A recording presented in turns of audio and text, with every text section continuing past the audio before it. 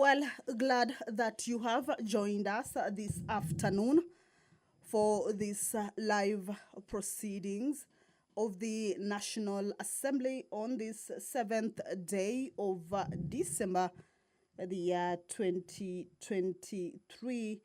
This is a live broadcast that is brought to you by the Parliamentary Broadcasting Unit in partnership with the Kenya Broadcasting Corporation. Members of the National Assembly this afternoon will consider the statute law miscellaneous amendment bill originating from the National Assembly, Bill number 67 of 2023, a bill tabled by the leader of the majority party. This is a bill that is at its second reading stage, and the already debate on this particular bill kicked off at the floor of the House, and this morning will be a resumption of a debate that was interrupted on the 6th of December in the afternoon sitting. This bill or debate on this bill had been scheduled to continue in the morning sitting today. However, members did not participate in this bill. So this afternoon, it's part of the business that has been lined up for the debate, a bill that is at its second reading stage. We will come back to this particular bill to see exactly what it entails.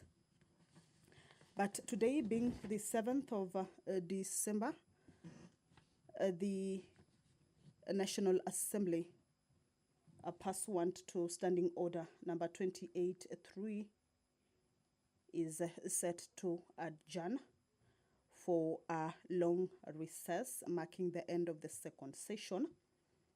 And it is a business that is lined up in today's consideration, pursuant to provisions of Standing Order 28.3, which indicates that on a day when the Assembly is scheduled to adjourn to a day other than the next normal sitting day, in accordance with the parliamentary calendar, the Speaker shall notify members of the same, and at the appointed time, the Assembly shall adjourn without question. So this particular business is lined up in the order of business this afternoon that are relating to the calendar of Assembly and the resolution of the House of Wednesday, 15th February 2023. The Speaker notifies that upon the rise of the House at the appointed time today, regular sittings will resume on Tuesday, 13th February 2024 at 2:30 p.m. The House calendar began on the 15th of February 2023 and is coming to a close this afternoon. So that is a communication that will be made to the members by the Speaker, of course, pursuant to the House Standing Order number 28, Part 3. The statute law miscellaneous amendment bill is a bill that seeks to make various amendments to various statutes. It is in keeping with the practice of making various amendments which do not merit the publication of separate bills into one. Some of the legislation that are lined up for amendments with regards to this particular bill is the Children's Act 2022 that proposes to remove the provisions which prohibit the court from granting a sole male applicant adoption of a child. The Copyright Act 2001, number 12 of 2001, will also be amended to make provisions for the equitable remuneration of performers and producers of sound recordings and expand the responsibilities of collective management organizations towards the authors and performers. This bill, the amendments on this particular legislation, also proposes to bring collective management organizations under regulation by the board in order to enhance their efficiency.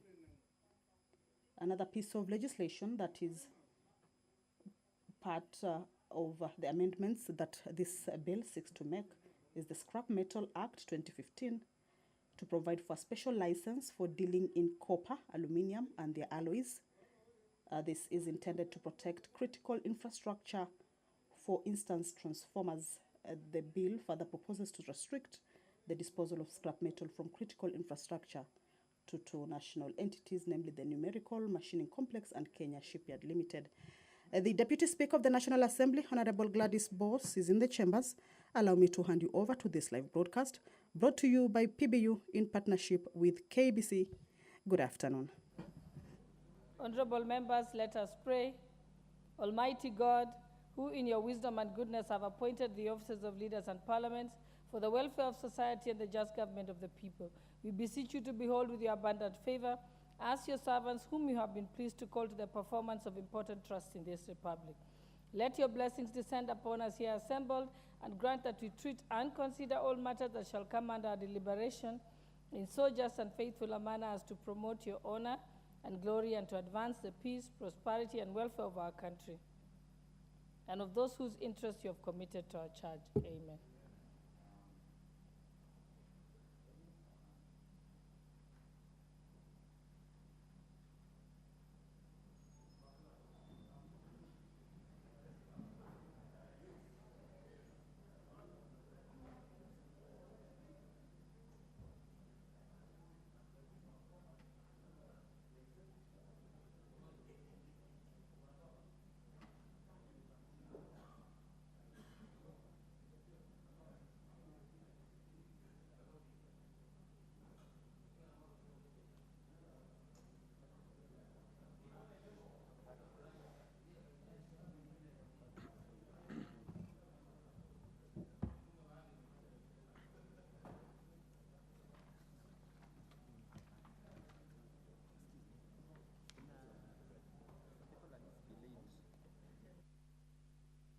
I direct that the bell be rung for 10 minutes.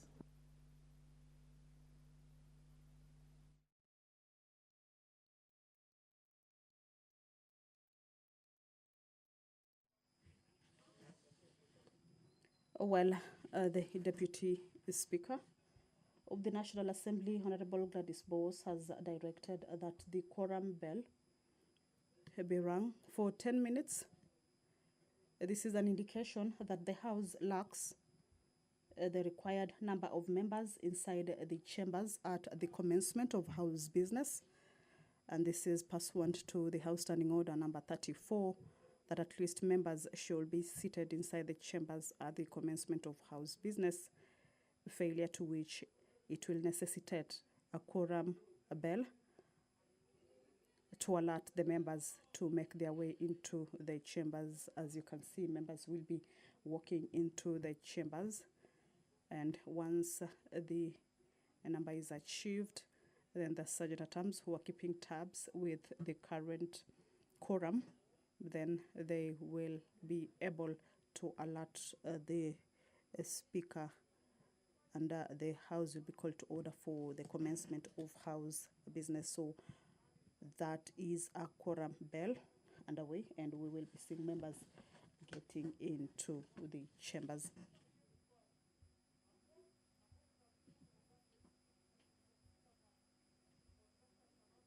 The Scrap Metal Act 2015 is one of the legislature or statutes that the Statute Law Miscellaneous Amendments Bill seeks to make amendments to.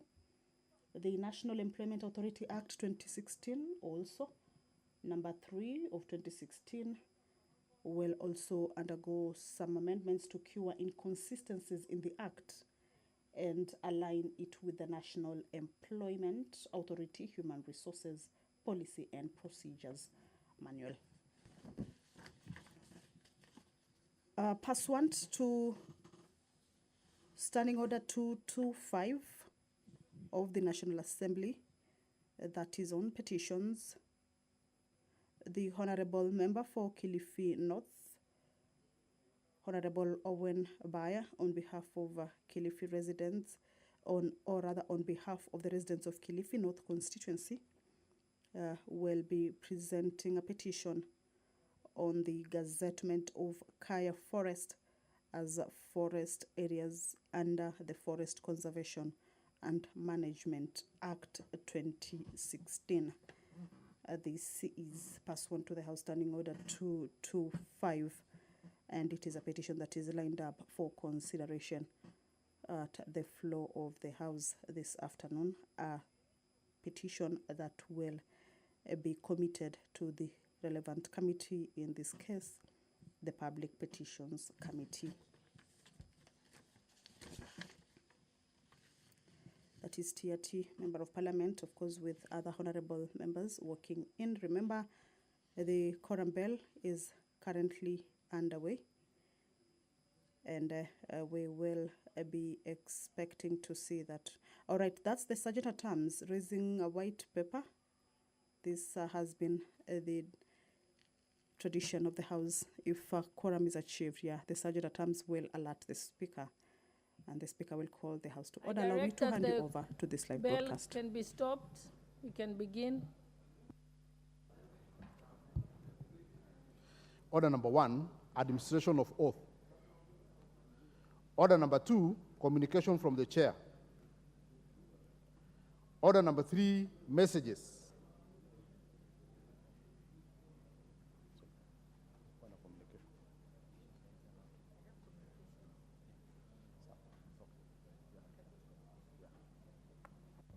Honorable members, I have 2 communications, so we are going back to order number 2.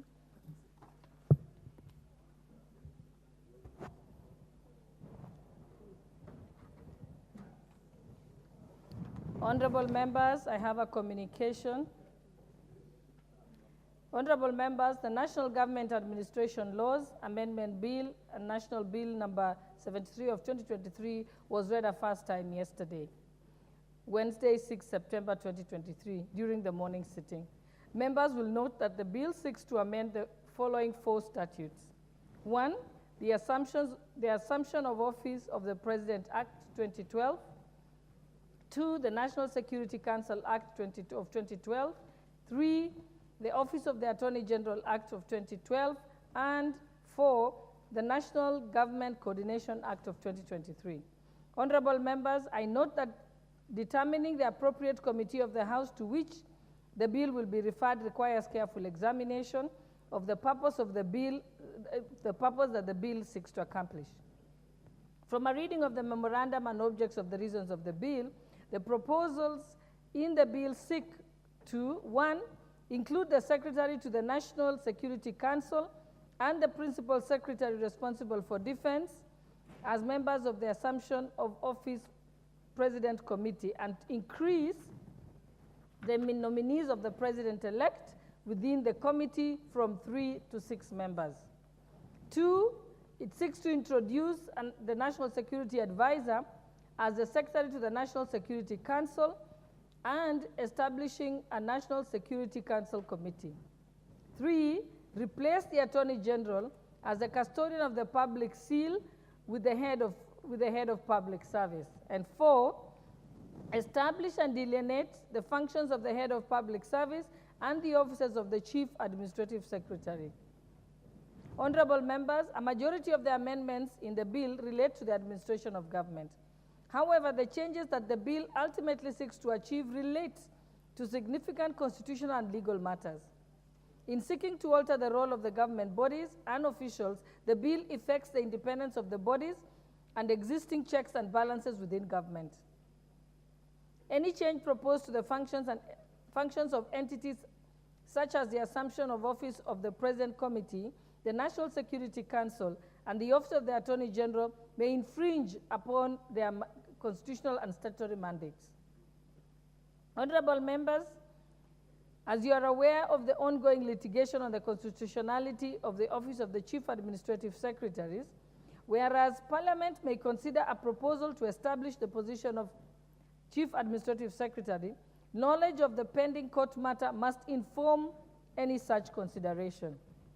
In my considered view, it is imperative for the committee of the House charged with overseeing constitutional affairs to thoroughly scrutinize the proposed amendments in the bill and ensure that they are in consonance with the Constitution and the written law.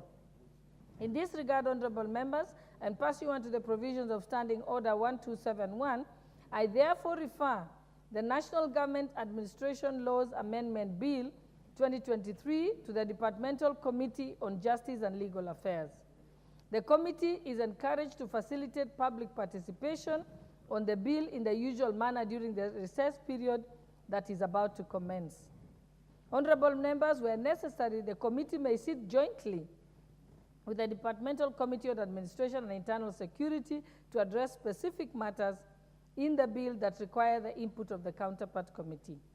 In its consideration of the bill, the Justice and Legal Affairs Committee should lend particular weight to the underlying legal issues in the proposals made by the bill.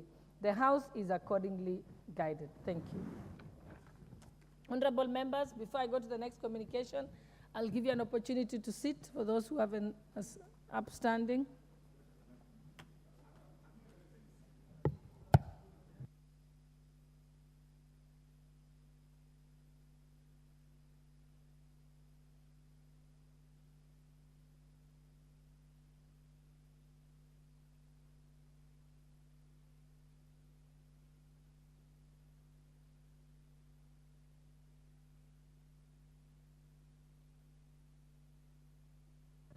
Honorable members, take your nearest seat.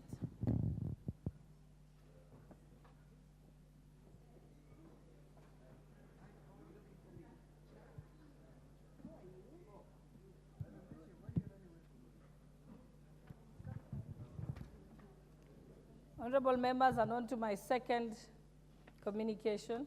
Honorable members, as notified in today's order paper, at the rise of this sitting, the House is scheduled to proceed on its long recess from tomorrow, Friday, 8th December 2023, to Monday, 12th February 2024, in accordance with the approved calendar of the House for the second session. This marks the conclusion of regular sittings of the second session of the 13th Parliament and the beginning of a well-deserved break. Honorable members, during this season, the House has transacted various key businesses, including considerations and approval of public finance-related motions, consideration and passage of bills, some of them culminating in landmark legislations with far-reaching implications in the education, health, housing, labor, and social welfare sector, among others, and effectively turning around the economy. The House also considered treaties, sessional papers, approval of appointment to state offices, and also undertook various inquiries. The House also undertook its oversight role through questions to cabinet secretaries, which continue to elicit great interest, not just in the House, but from the public at large. A more comprehensive report on the activities of the House will be made available in due course. Honorable members, as an established practice and further recalling the resolution of the House on the calendar for regular sittings on 15th February 2023, committee sittings will stand suspended from 18th December 2023 to 28th January 2024. In this regard, honorable members, all committees are required to suspend their sittings on the stated dates in order to allow members to attend their constituency duties and parliamentary staff to take their annual leave. Any committee activities that may need to be conducted during the said period ought to obtain express permission from my office upon written request. Honorable members, to safeguard business with the statutory timelines from lapsing, the counting of the days for such businesses shall cease and resume when the House returns on the third session on 13th February 2024. I hasten to remind members that should need arise for the House to transact any urgent business, the House will be recalled pursuant to Standing Order 29. Honorable members, I wish to thank the leadership of the House, members of this House, and staff for their diligence and commitment exhibited, which enable the House to transact the business both in plenary and in committee sessions throughout. Specifically, I wish to commend members for their active participation, which has seen considerable consideration and conclusion of key priority businesses by the House. In conclusion, honorable members, as you proceed to spend this well-deserved break with your families and constituents during the long holiday season, I take this early opportunity to wish you all a happy festive season and a prosperous new year 2024. Thank you.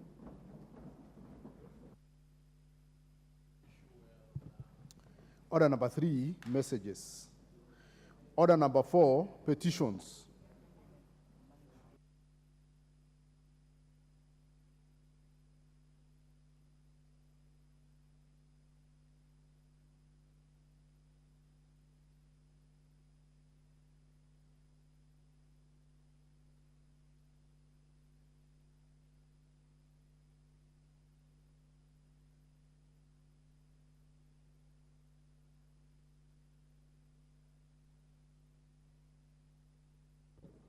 Honorable Owen Bayer.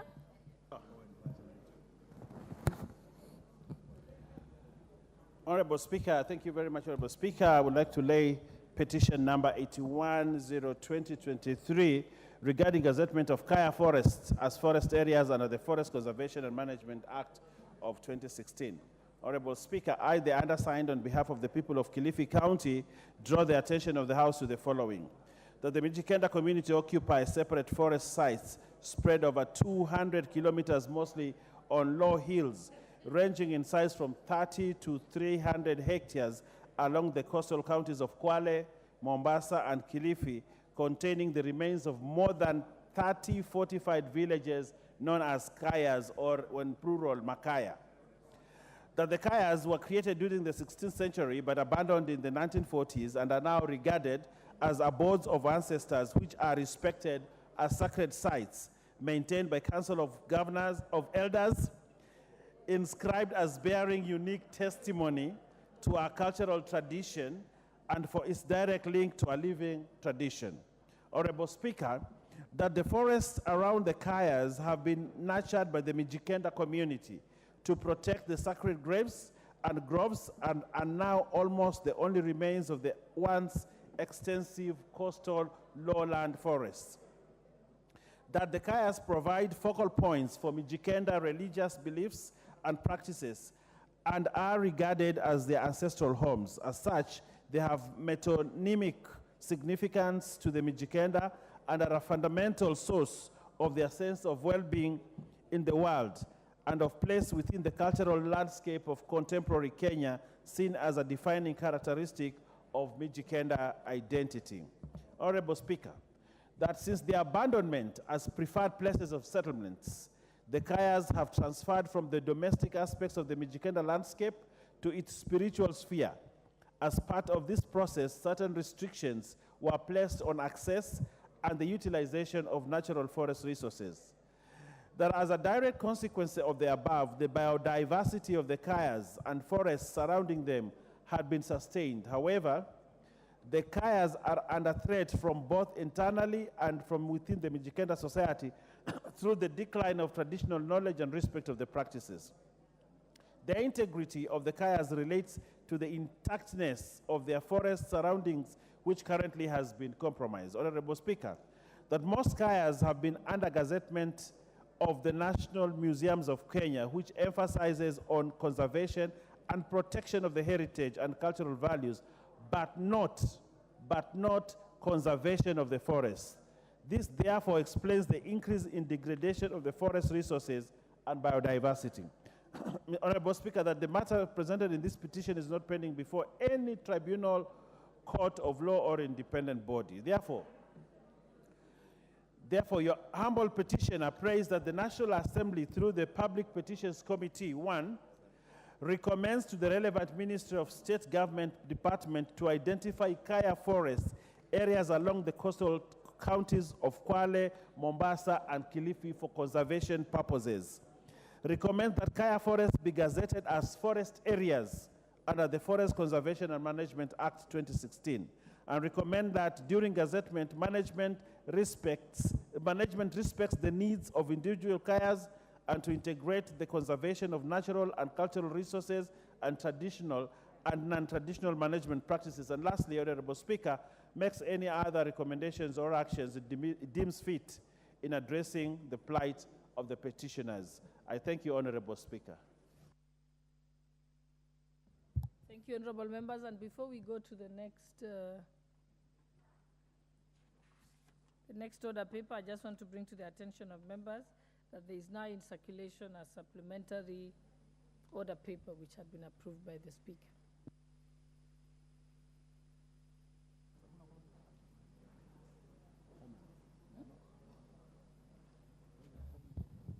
Those who have comments on the petition, I can see member for Malindi. Oh, you pulled out your card. Amina Mnyanzi, did you want to comment on this? Okay. Asante sana Mheshimiwa Spika kwa kupata nafasi hii niweze kuongelea kuhusu kuweza kuhifadhi kaya yetu sisi kama Wamijikenda. Jambo la kwanza ni mshukuru Mheshimiwa Owen Baya ambaye ni jirani yangu kule upande wa Kilifi North kwa hili jambo ambalo wameweza kulifikisha hapa Mheshimiwa Spika. Na ninaposimama hapa Mheshimiwa Spika na muunga mkono Mheshimiwa Owen Baya tuweze kuhifadhi makao yetu sisi kama Wamijikenda Mheshimiwa Spika. Mheshimiwa Spika, hiyo ndio ni tamaduni yetu sisi kama Wamijikenda na sisi ni lazima tuweze kuhifadhi sehemu kama hizo ili iwe ni funzo kwetu sisi na kwa vizazi vingine ambavyo vinakuja Mheshimiwa Spika. Sisi kama Wamijikenda tuko na mila na tamaduni zetu na tunapoondoa hizo mila za kaya na hivyo vitu vyote Mheshimiwa Spika ni kwamba tunaondoa mila na tamaduni zetu na hatutakuwa na jambo lolote la kujivunia sisi kama Wamijikenda. Kwa hivyo leo nasimama hapa kuunga mkono mswada huu na kusema kwamba ni lazima tuhifadhi makaya yetu, ni lazima tuhifadhi culture yetu sisi kama Wamijikenda ili tuweze kusaidia vizazi vinavyokuja. Asante sana Mheshimiwa Spika. Asante. Member for Nyaribari Masaba, Honorable Manduku.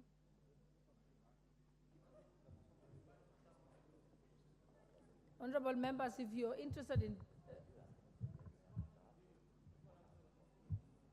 please press the, okay, I'll give it then to Honorable Kahindi Katana, member for Kaloleni.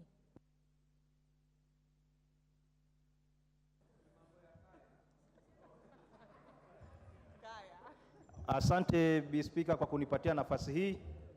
Kwanza nataka ni mshukuru ndugu yangu Owen Baya kwa kuleta petition hii katika bunge letu. Bi Speaker, kaya ni sehemu moja ya desturi za Wamijikenda kimila, na kwa sababu kaya ni sehemu ya msitu ambapo sisi Wamijikenda na vizazi vyetu ama waliotutangulia ni mahali tunaenda kufanya maombi matakatifu, kuomba mvua, kuomba afya njema na tuwe na chakula ama tuombee amani taifa letu. Hii misitu ya kaya inatakikana kuhifadhiwa bila kuharibiwa, kwa sababu umeona juzi kulikuwa na zoezi la kupanda miti. Kama hizi kaya ambazo ziko ni msitu mikubwa inaweza kuhifadhiwa, na pia tuongeze jambo ambalo nataka tuzingatie Bi Speaker, ni kwamba baadhi ya kaya zetu zimenyakuliwa na sasa zinaanza kujengwa majumba ya kifahari, haswa sehemu za Kwale na sehemu za Kilifi. Mambo kama haya yanaathiri utamaduni wetu kama Wamijikenda. Kwa hivyo mimi ninaunga mkono ndugu yangu Owen Baya kuleta hoja hii, na tuendelee kulinda misitu yetu, na pia itambulike, iweze kuwekwa katika kisheria kwamba kuharibu misitu ya kaya inakuwa ni hatia. Asante Bi Speaker kwa kunipatia nafasi. Thank you. I think we can move to the next order. Order number 5, papers. Majority Leader. Thank you very much, Honorable Speaker. Honorable Speaker, as I lay these papers today, as probably this is the last one for this session, is to wish and thank all members for their cooperation, and also wish them a Merry Christmas and a Happy New Year, and also enjoy your recess. Those going to Rwanda, like my friend Opio and I, please enjoy the beautiful things in Rwanda. Thank you. Honorable Speaker, I beg to lay the following papers Your on the point of order, Honorable Wandai. You should not have walked in. No, Madam Speaker, Honorable Obai is my friend. But it is wrong for him to insinuate that I am going to Rwanda for whatever reason. I want to apologize. The public out there might start misunderstanding. Yeah, really. I apologize reservedly. Honorable Wandai is not going to Rwanda. Honorable Speaker, I beg to lay the following papers on the table of the House today, Thursday, 7th December 2023, afternoon sitting. The annual report of the National Police Service Commission for the financial year 2022-2023. The annual report of the Ethics and Anti-Corruption Commission for the financial year 2021-2022.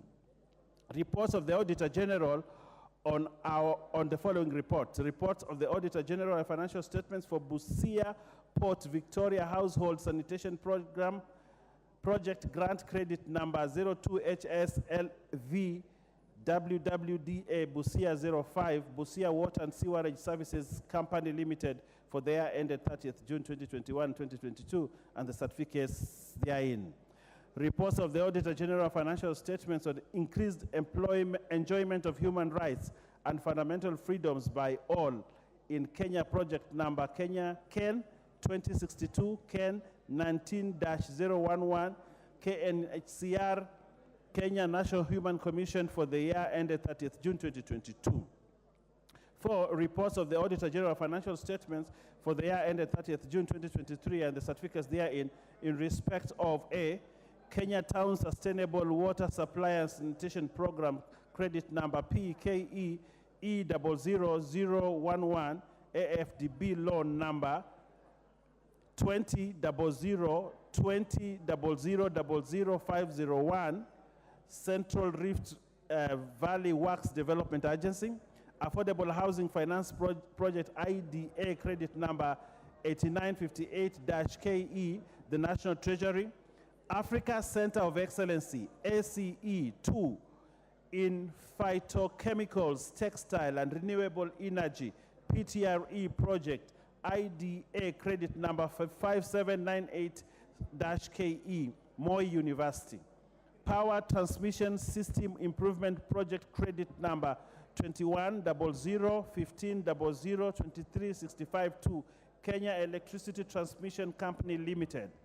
Multinational Rural Livelihoods Adaptation to Climate Change and the Horn of Africa ADF Grant Number 55055001201 State Department for Crop Development.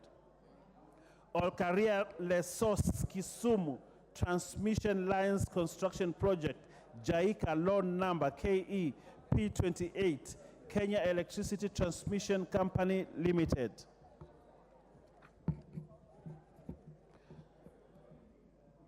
NEMA's GCF Readiness and Preparatory Support, NEMA Capacity Strengthening Program towards accessing climate change from Green Climate Fund, credit number KENRS 003. Vijana Vuka na Afya Youth Program, grant number 2013-67-46-5, State Department for Youth Affairs. Upgrading of Gilgil Machinery Road Project, Kenya Rural Roads Authority. Upgrading of Kibwezi Mutomo Kitui Road Project, Kenya National Highways Authority. Eastern Africa Regional Transport Trade and Development Facilitation Project, IDA Credit 5638, Information and Communication Technology Authority. Ethiopia Kenya Electricity Highway Project, ADB Loan Number 2000003502, ID number PZIFAO 162, Kenya Electricity Transmission Company Limited. Kapchorua, Saum, Kitale, and Eldoret Bypass Roads Project, Kenya ID number PZIDBO 183, Kenya National Highways Authority. Horn of Africa Gateway Development Project, IDA, P161305, credit number 6768 KE, Information and Communication Technology Authority. Sirari Corridor Accessibility and Road Safety Improvement Project, Isibania Kisii Ahero, A1, Road Rehabilitation, Kenya National Highways Authority. Support to Road Sector Police 10th EDF Rural Roads Rehabilitation Project in Kenya, agreement number KE/FED/023/571, Kenya Rural Roads Authority. Improvement of drinking water and sanitation systems in Mombasa Mwache Project, AFD credit facility number CKE 110301C, Coast Water Works Development Agency. Nambale Mjini Manyenje Water Project Grant credit number 08W Busia 97. State Department for Economic Planning, Public Debt Management Support Project, ADB grant agreement number 5500-15-501-3708, National Treasury. Youth Empowerment Program grant credit number B4210, State Department for Youth Affairs. Secondary Education Quality Improvement Project, IDA credit number 6138-KE, Teacher Service Commission. Independent Policing Oversight Authority, National Humanitarian Fund, SC Reporting Toolkit Project. Technical assistance to enhance the capacity of the President's Delivery Unit, ADB grant number 5500-155012902 project, State Department for Internal Security and National Development. Horn of Africa Gateway Development Project, IDA credit number 6768, Kenya Revenue Authority. Horn of Africa Gateway Development Project, IDA credit number 6768, KE, National Transport and Safety Authority. Multinational Kenyan section of Interconnection Project of Electricity Grids of Nile Equatorial Lakes countries, ADF loan number 2100-1500-22643, Kenya Electricity Transmission Company Limited. Kenya Livestock Commercialization Project loan number 200-000365 and 200-00036566, State Department for Livestock Development. Eastern Africa Regional Transport, Trade and Development Facilitation Project, credit number 5638, KE, IDA, Kenya Revenue Authority. National Treasury Capacity Strengthening Project, grant number 5501-5501-3902, ID number PKE K00-011, the National Treasury. Supporting access to finance and enterprise recovery project, IDA number 7018, KE, National Treasury. Microfinance sector support credit project, credit number CKE 300401E and CKE 6010101E, National Treasury.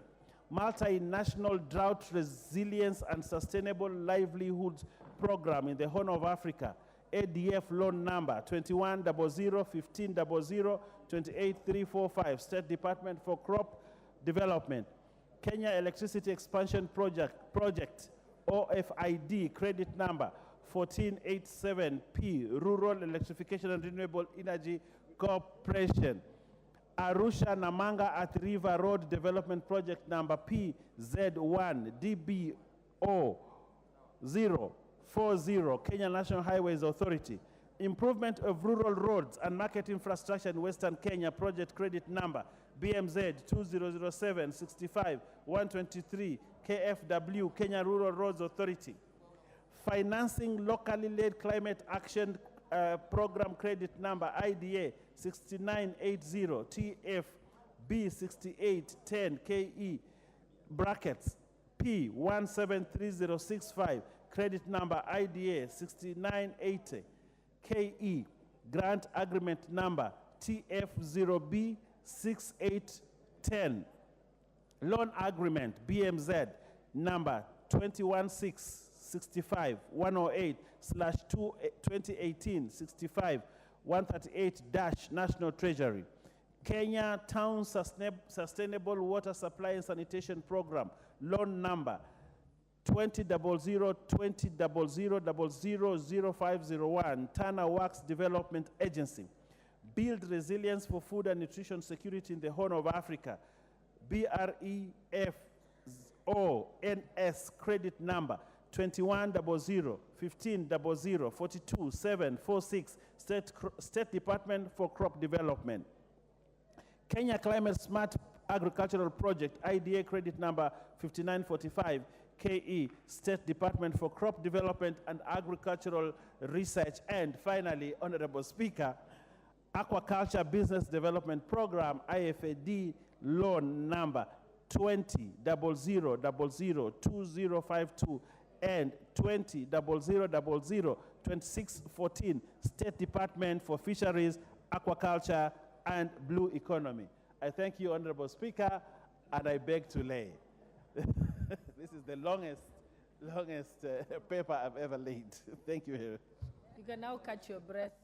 I saw yes, and I know why the majority leader asked you to do it. Okay, next is, I think, Chairperson, Public Petitions Committee. You have a paper to lay?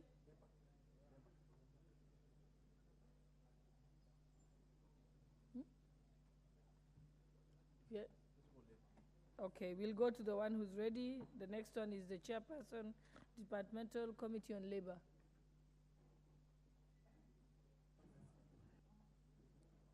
Honorable Karemba. Thank you, Honorable Speaker. Honorable Speaker, I beg to lay the following papers on the table of the House today, Thursday, 7th December 2023. Reports of the Departmental Committee on Labor on 1, its consideration of the Employment Amendment Bill, Senate Bills number 11 of 2022, and 2, its attendance to the 19th Regional Seminar for Labor-Based Practitioners in Kigali, Rwanda, from the 15th to 19th May 2023. Thank you, Honorable Speaker.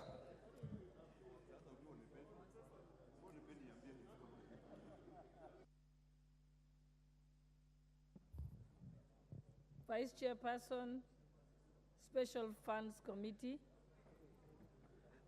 Thank you, Madam Speaker. Madam Speaker, I beg to lay the following papers on the table of the House today, 7th December 2023. 1. Fifth report of the Special Funds Account Committee on its examination of the report of the Auditor General on the financial statements for the Commodities Fund for the financial years 2018-19, 2019-2020, 2020-2021, and 2021-2022. Number 2, the sixth report of the Special Funds Accounts Committee on its examination of the report of the Auditor General on the financial statements of the Stores and Services Fund for the financial year 2020, 2021, 2021, 2022, and the Occupational Safety and Health Fund for the financial years 2020, 2021, and 21-22. 3, the seventh report of the Special Funds Accounts Committee on its examination of the reports of the Auditor General on the financial statements for the Land Settlement Fund for the financial years 2020, 2021, and 21-22. And finally, Madam Speaker, the eighth report of the Special Funds Accounts Committee on its examination of the report of the Auditor General on financial statements for the Street Families Rehabilitation Trust Fund for the financial year 2017-18 to 2021-2022. I beg to lay the papers on the table of the House, Madam Speaker. Honorable Richard Yagon, representing the Departmental Committee on Sports and Culture. Thank you, Madam Speaker. Honorable Speaker, I beg to lay the following paper on the table of the House today, Thursday, 7th December 2023. Madam Speaker, report of the Departmental Committee on Sports and Culture on its benchmarking visit and attendance in the 2023 World Athletic Championship in Budapest, Hungary, from the 19th to 27th August 2023. Thank you, Madam Speaker.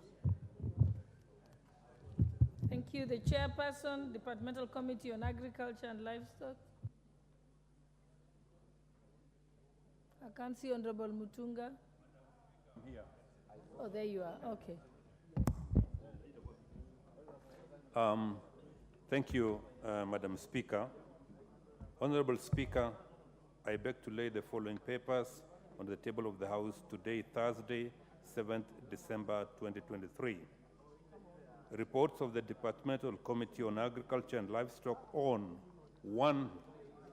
Its consideration of the Crop Amendment Bill, National Assembly Bill number 8 of 2023. 2.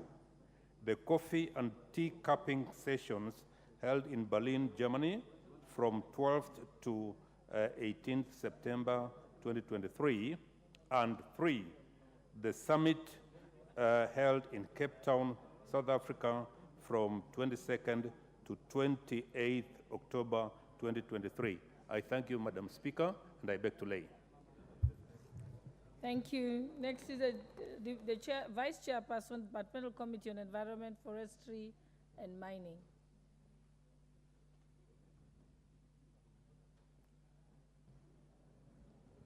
Thank you, Honorable Speaker. Honorable Speaker, I beg to lay the following paper on the table of the House today, Thursday, 7 December 2023. Report of the Departmental Committee on Environment, Forestry, and Mining on its consideration of the Natural Resources Benefit Sharing Bill, Senate Bill number 6 of 2022. Thank you. I beg to lay. Thank you. Chairperson, Departmental Committee on Defense, Intelligence, and Foreign Relations. Yeah, here I am. Thank you, Madam Speaker. Honorable Speaker, I beg to lay the following papers, two papers, on the table of the House today, Thursday, 7th December 2023. Report on the Departmental Committee on Defense, Intelligence, and Foreign Relations on the inspection visit to Kenyan embassies in the Republic of Rwanda and the Democratic Republic of Congo, conducted on the 18th to 25th May 2023.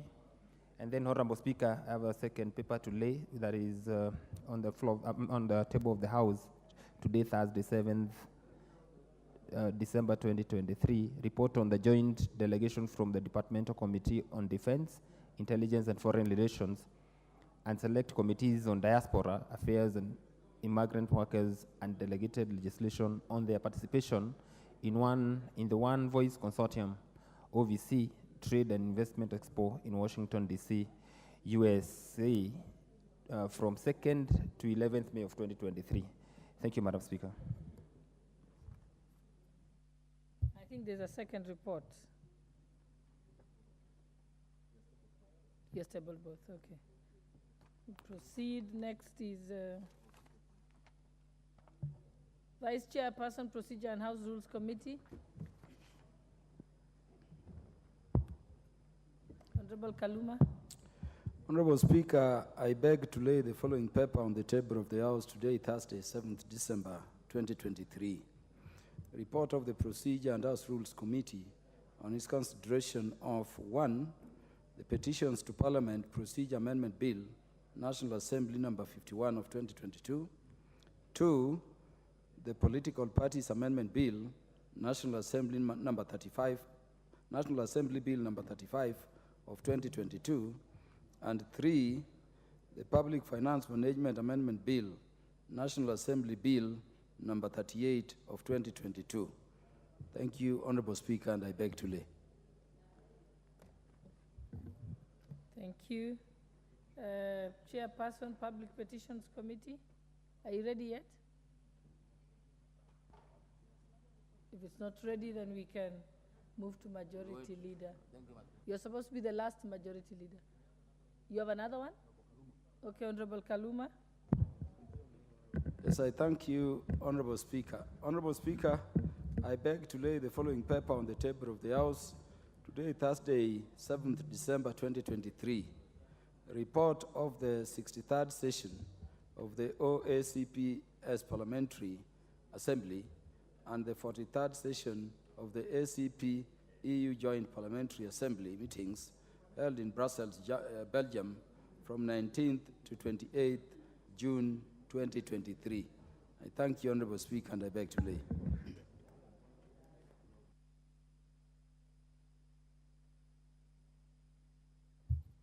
Honorable Murigi, you have a report on the CPA. Jean-Paul. Thank you, Madam Speaker.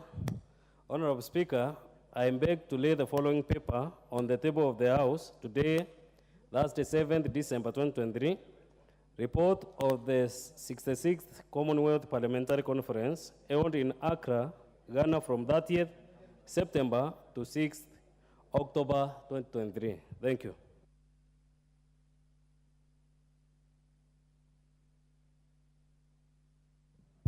I presume that, is there any other paper?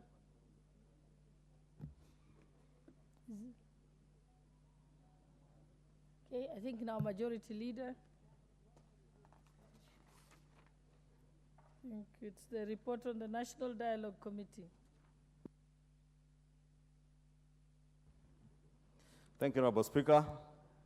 Honorable Speaker, allow me to lay the following paper on the table of the House today, Thursday, 7th December 2023. The report of the National Dialogue Committee.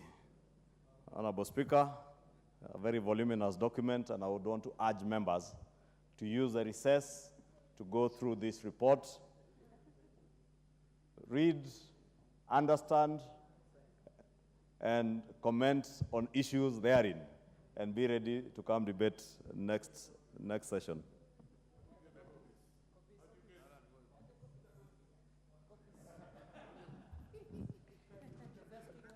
Okay, I think we can move to the next order.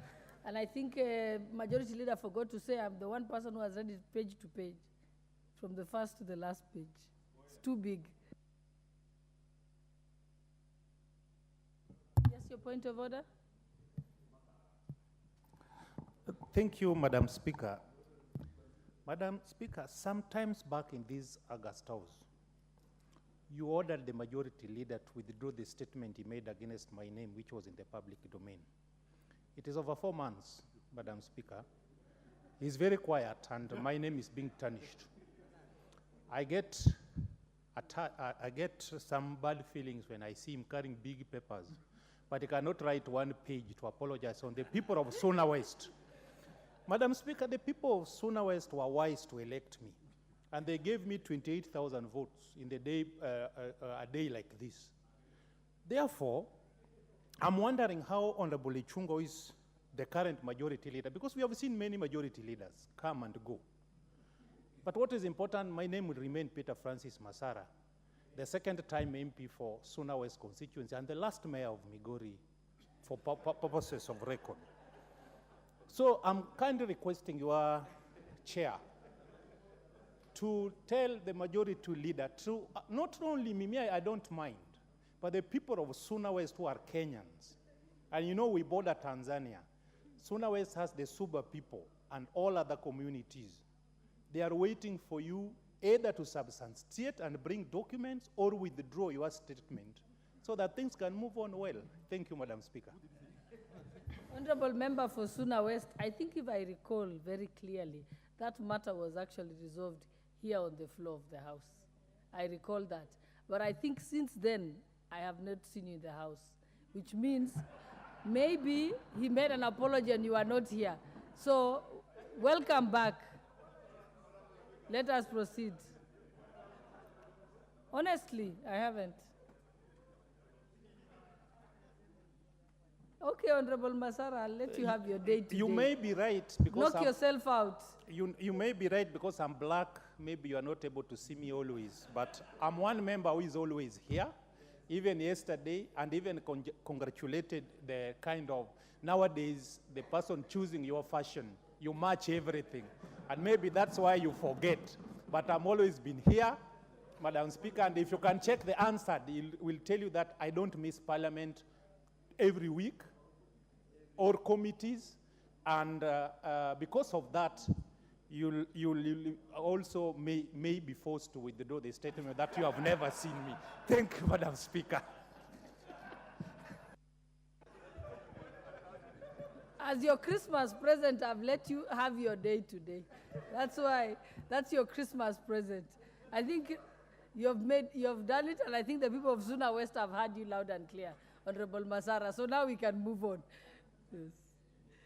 I think maybe the Honorable Leader for Majority wants to apologize again. Honorable Speaker, it is indeed true what you have indicated, that that matter was settled on the floor. And besides that, I have spoken to the Honorable Masara on that particular issue. Honorable Speaker, because there are many things what the substantive speaker has called the canter and banter of debate.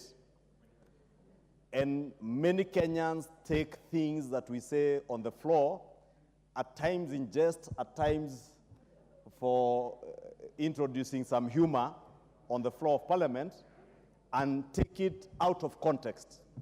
And I must use this opportunity because I have indeed profusely apologized to the Honorable Masara. If there are any of his political opponents in Suna West who took advantage of what was said here to try and portray the image that is not of the Honorable Masara, because Honorable Masara is a very, very extremely dignified member of Parliament. Extremely dignified.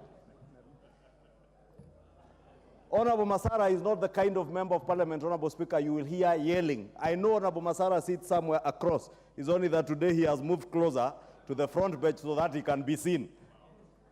And he wanted to move closer to power. And I see the Honorable Ruth Odinga has also moved closer to power. And I say that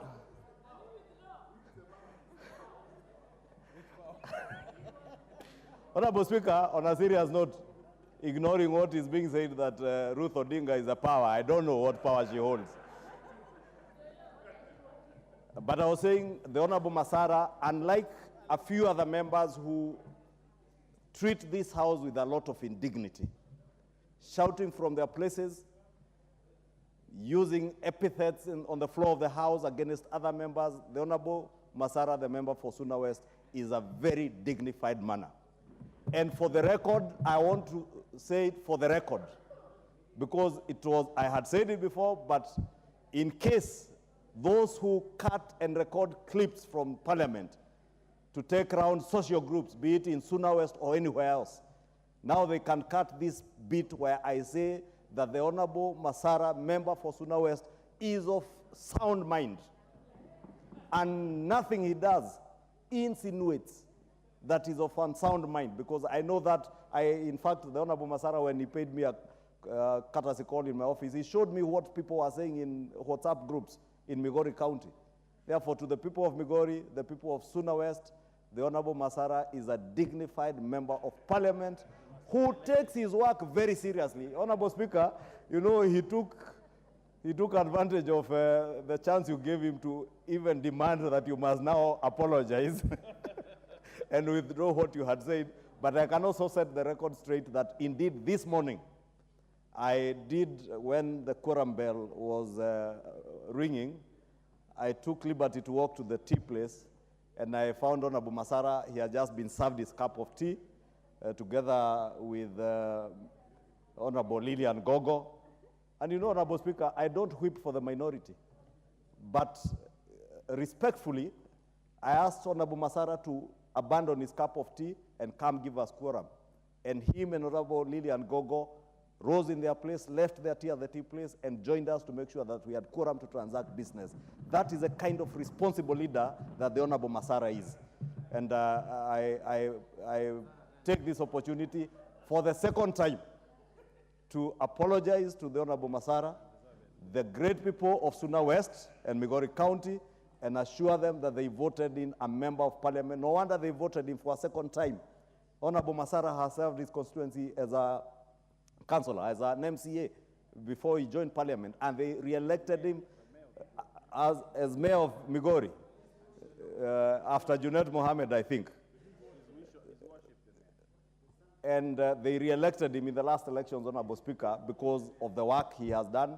And I know he's a very diligent member of the Budget and Appropriations Committee. I have engaged him on matters touching on the Budget Committee. Therefore, Honorable Masara, serve your people with the dignity that you continue to serve them and serve the people of Kenya. Thank you, Honorable Speaker. What's your point of order, Honorable Ondai? Just wanted to comment on the report that has been just been tabled by the Leader of Majority, the National Dialogue Committee report. I recall that I was a member of that committee. Actually, I was deputy delegation leader. Our leader of delegation was His Excellency Dr. Stephen Kalonzo Musyoka. Madam Speaker, the reason why I want to make a comment on this report is that since its release about a week or so ago, a lot has been said out there from various quarters. I think now, with the tabling of this report officially, now the country has got a chance to go through this report and understand it and internalize it, and therefore be able to speak from a point of information. Madam Speaker, this report, without really debating it, because I can't do that now, it is such an important report that we can't afford to have people, especially leaders, commenting on it without having read it. You see, it is responsible for a leader of whatever shade to comment on a report as important as the NADCO report without having read it.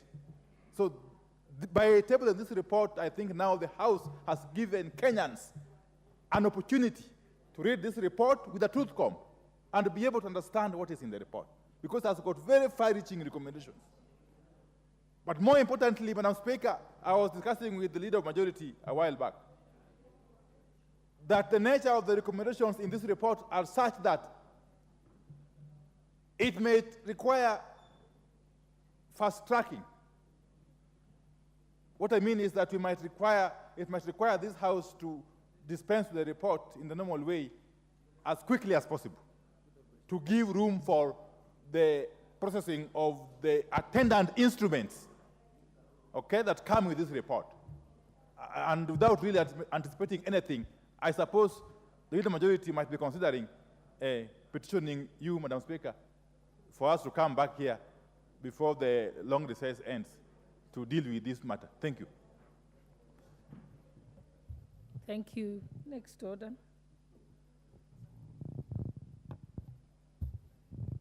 I'm informed there is a report that has just, or petitions, Chairperson, Public Petitions Committee. You can give him, I'll sign.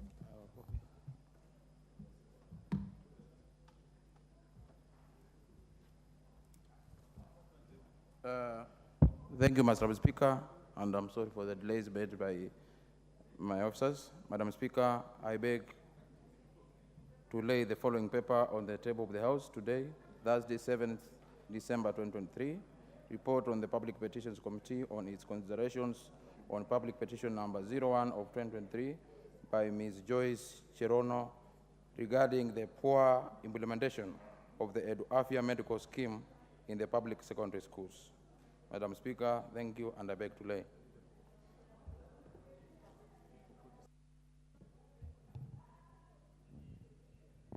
We don't have any more petitions, right? No more reports. We can move to the next order. Order number 6, notices of motion.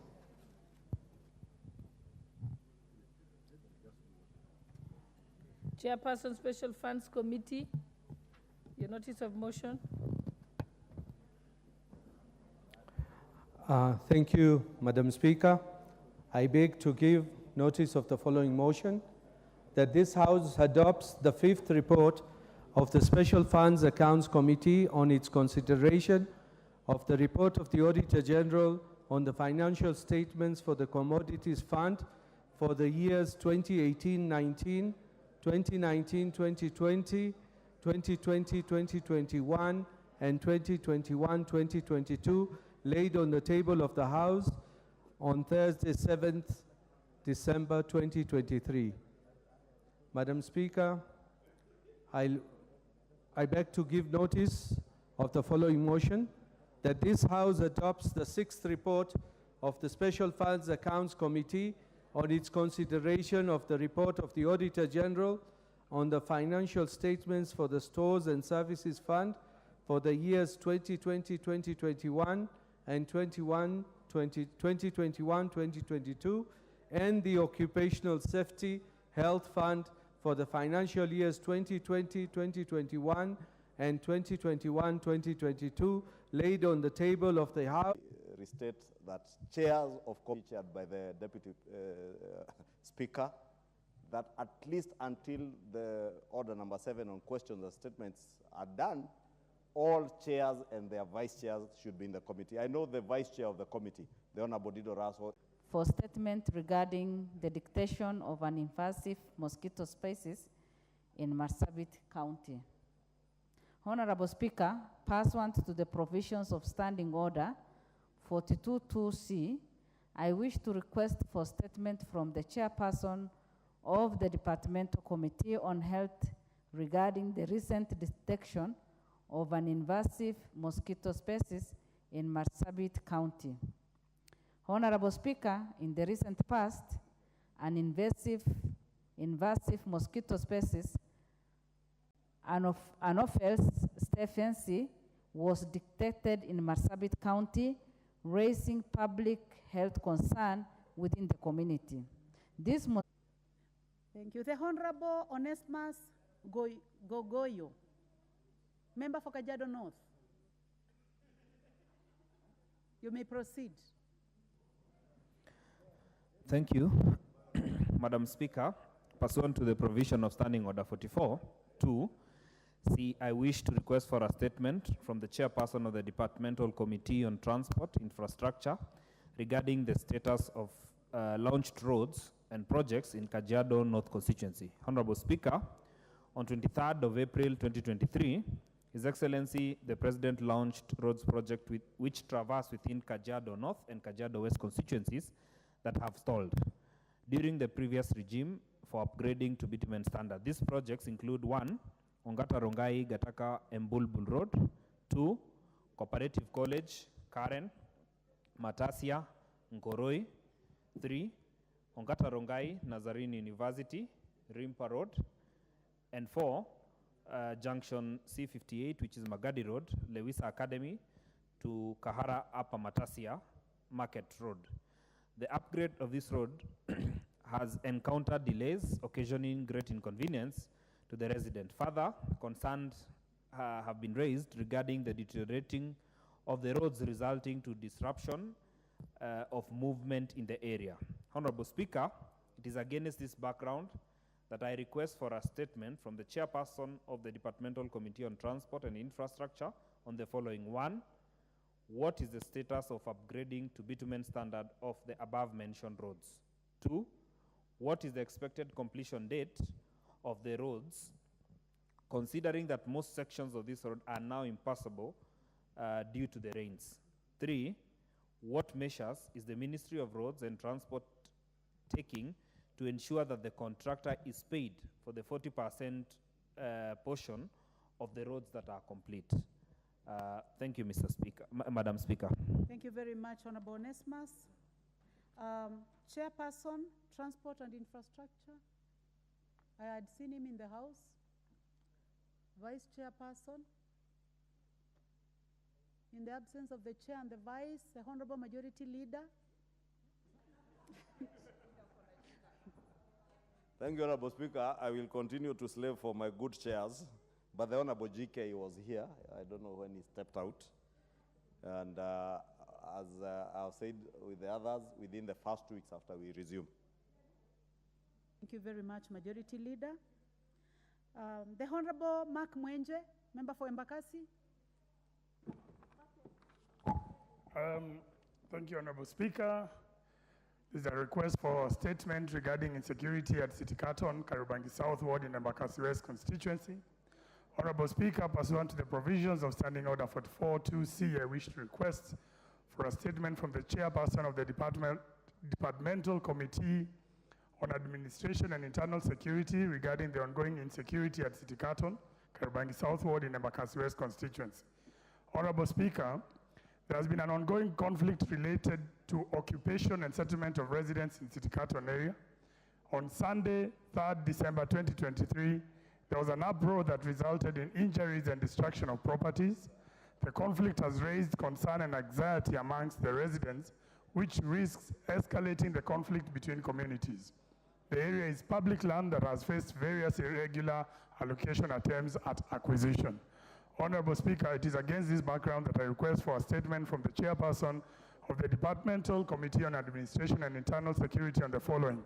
1, what measures are being put in place by the Ministry of Interior and National Administration to enhance security within the constituency and especially the City Carton area?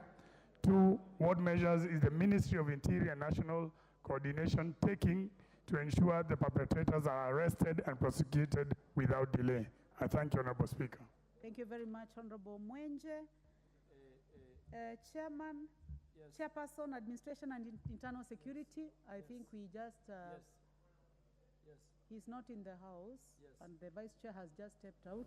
The Honorable Kaluma? Yes, Speaker, may your earlier directions in regard to the matter previously presented apply.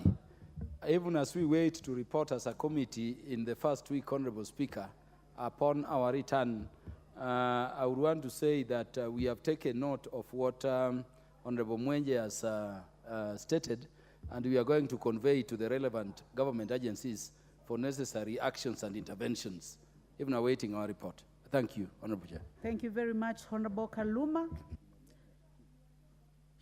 The Honorable Shakil Shabir, member for Kisumu East. He is not in the house. We proceed to the next one. The Chairperson, Finance.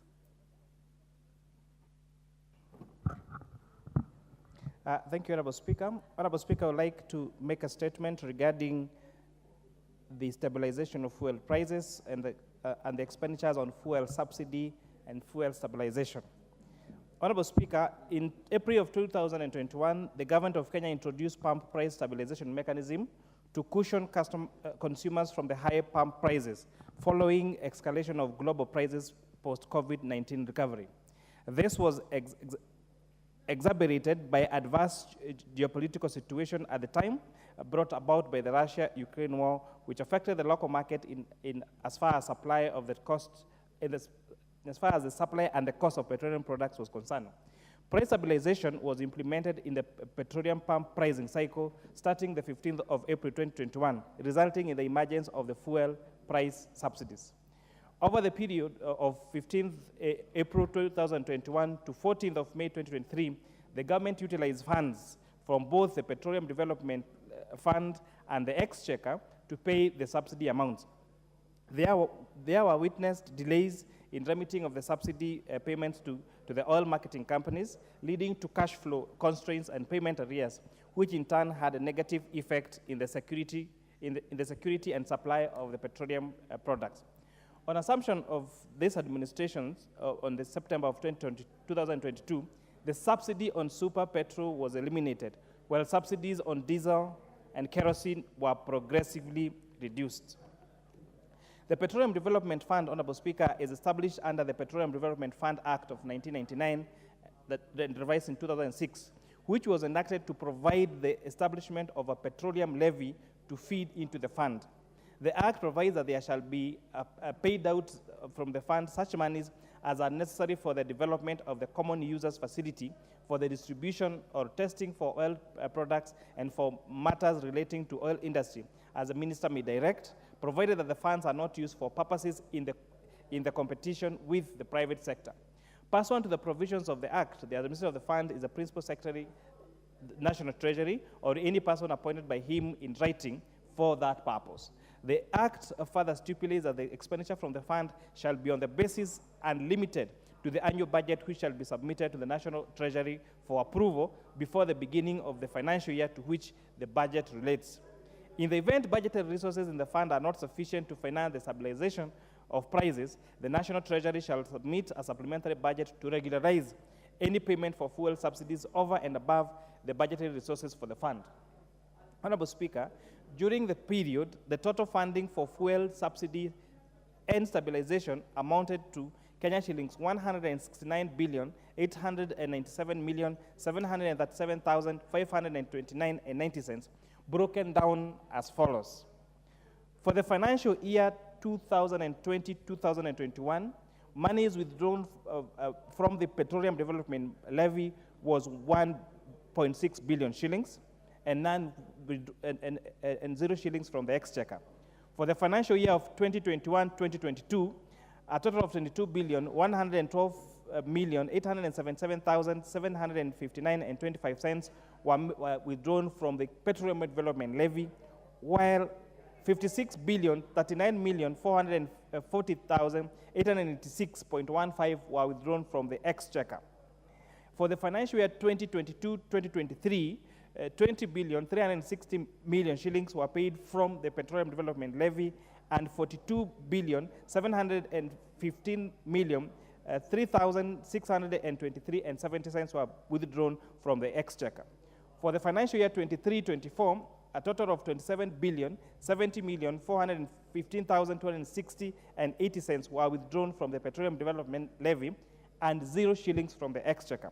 So consequently, Honorable Speaker, for the financial year 2020, 2021, 21, 22, 22, 23, and 23, 24, so far, the withdrawals from the Petroleum Development Levy is 71,143,293,020 shillings and 5 cents, whereas 98,754,404,509.85 were withdrawn from the Exchequer for payment of subsidies.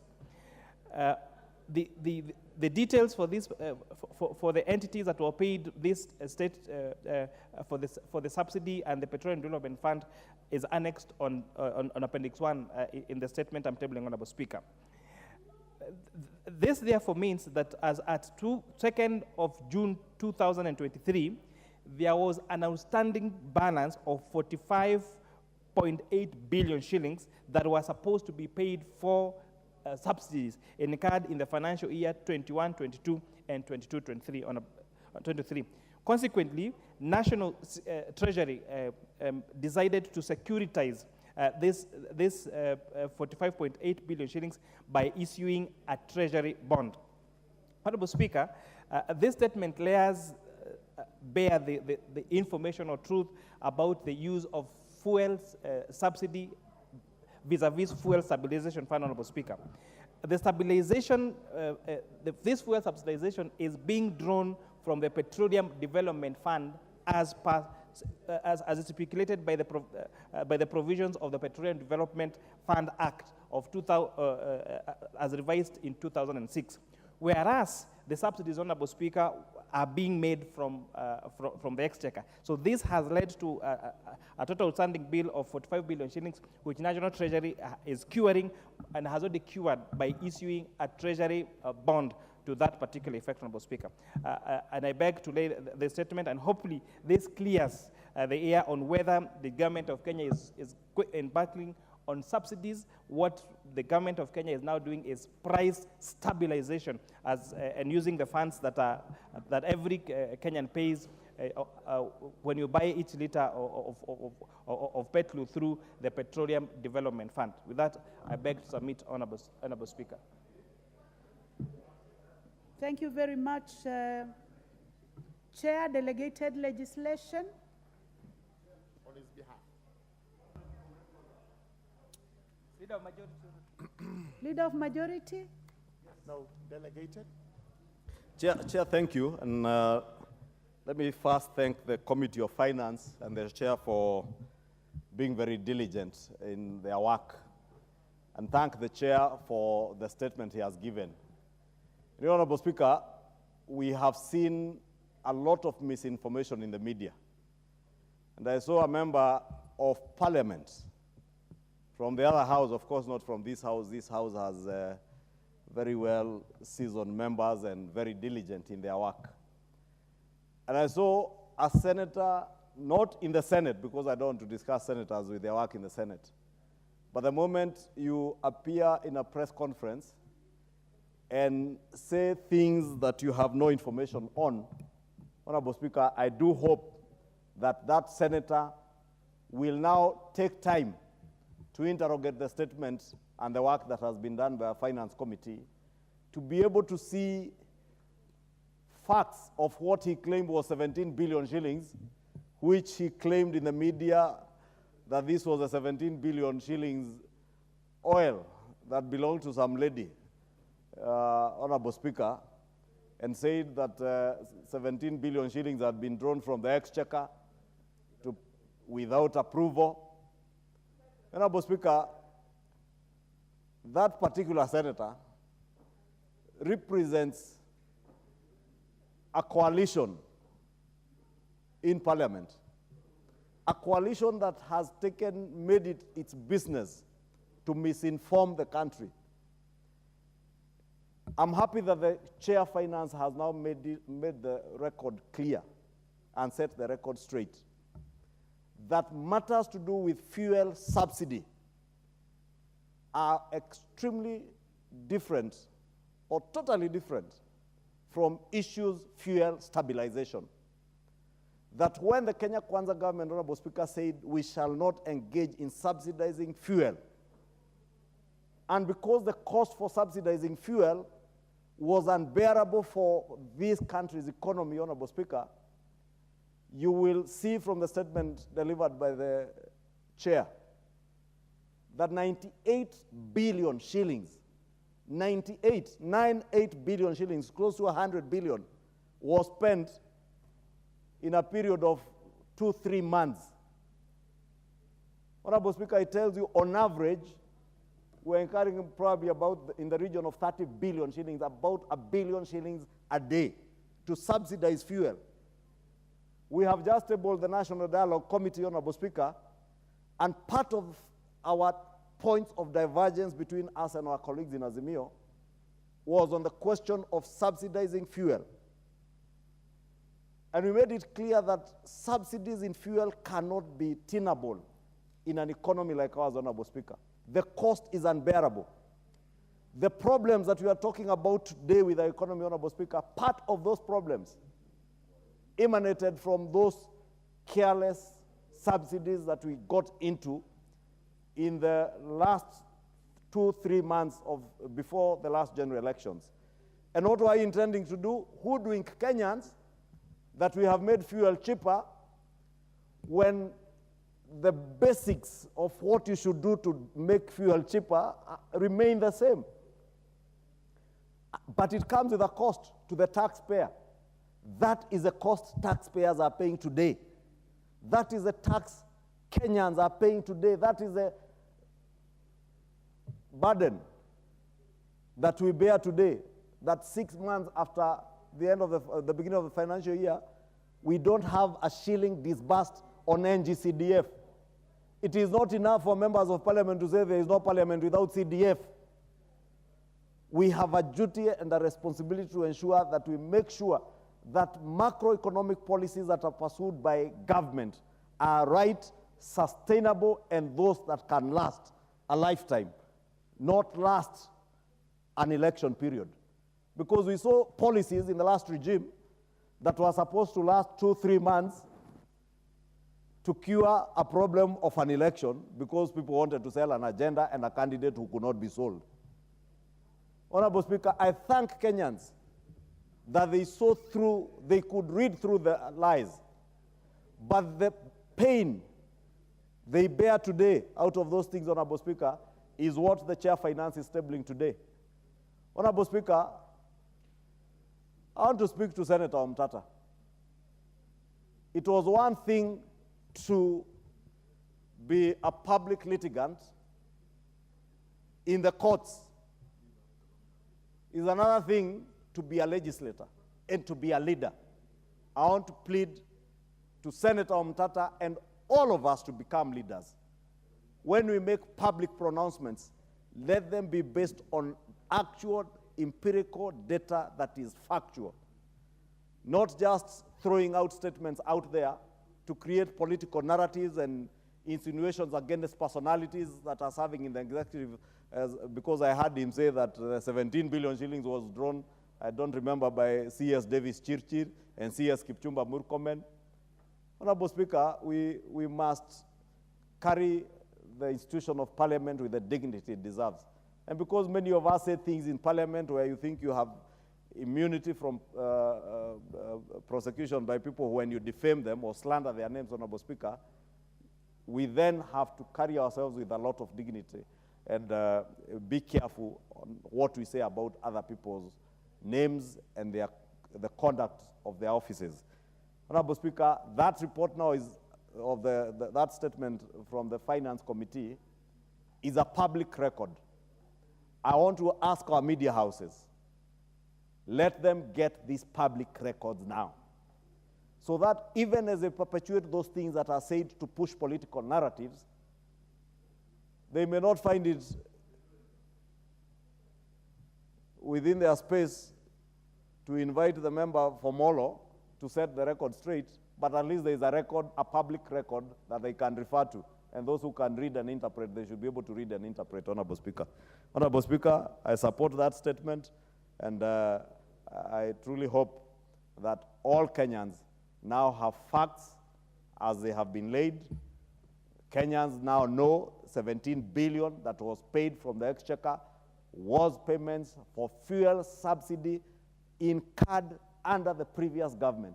In the last supplementary budget that we passed in this House only 3 weeks ago, we paid another 4 billion shillings. And it's not subsidy incurred by this government. So, Honorable Speaker, when we say out there, we are carrying the burdens from the past. There are those who tell us, oh, don't point fingers at others. We are not pointing fingers. We are stating facts as they are. You put our country and our economy into a very deep hole and a ditch that we are cleaning up your mess. Give us peace and space to clean up your mess without shouting and making a lot of noise. Please give us space. Please. Even those who are yesterday telling us to put money. Honorable Speaker, you know, I heard somebody telling us to put money in the political parties fund, 6 billion shillings, Honorable Speaker. At a time Kenyans in the north are marooned by floods. The Azimio coalition, all they can do is ask for money to hold rallies and hold caucuses, political party caucuses, into the political parties fund. I support what this House did in cutting funds to the political parties fund and taking that money to the people of the north who are living without food, who are living without medicine after being cut out by floods, Honorable Speaker. It is a height of irresponsibility with leadership to be asking for money to buy bread and tea and mandazis at some place somewhere in Lavington or Capitol Hill, Honorable Speaker, at the expense of Kenyans. Yet, when you speak in funerals, you are telling us, oh, the cost of living. How do you bring down the cost of living by putting money in the political parties fund to go and fund your political activities? We need to be honest with each other. We need to look at each other, like I'm looking at the Honorable Dr. Nyikal, and tell each other the truth, that we are not helping this country by playing politics with the dire situation of our economy. And we're not even bold enough to tell the Kenyan people that the cost of living is where it is, largely because of missteps of the last regime that we were cheering on, because we had what was infamously called a handshake. God forbid that those things of handshake will ever set foot in this country again.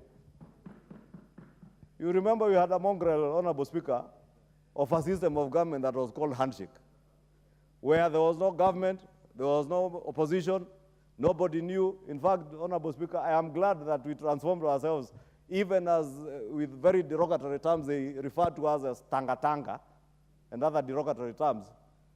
We transformed ourselves into an opposition that kept them on their toes. But even as we did that, they still had the guts to steal 6 billion shillings 2 days before an election.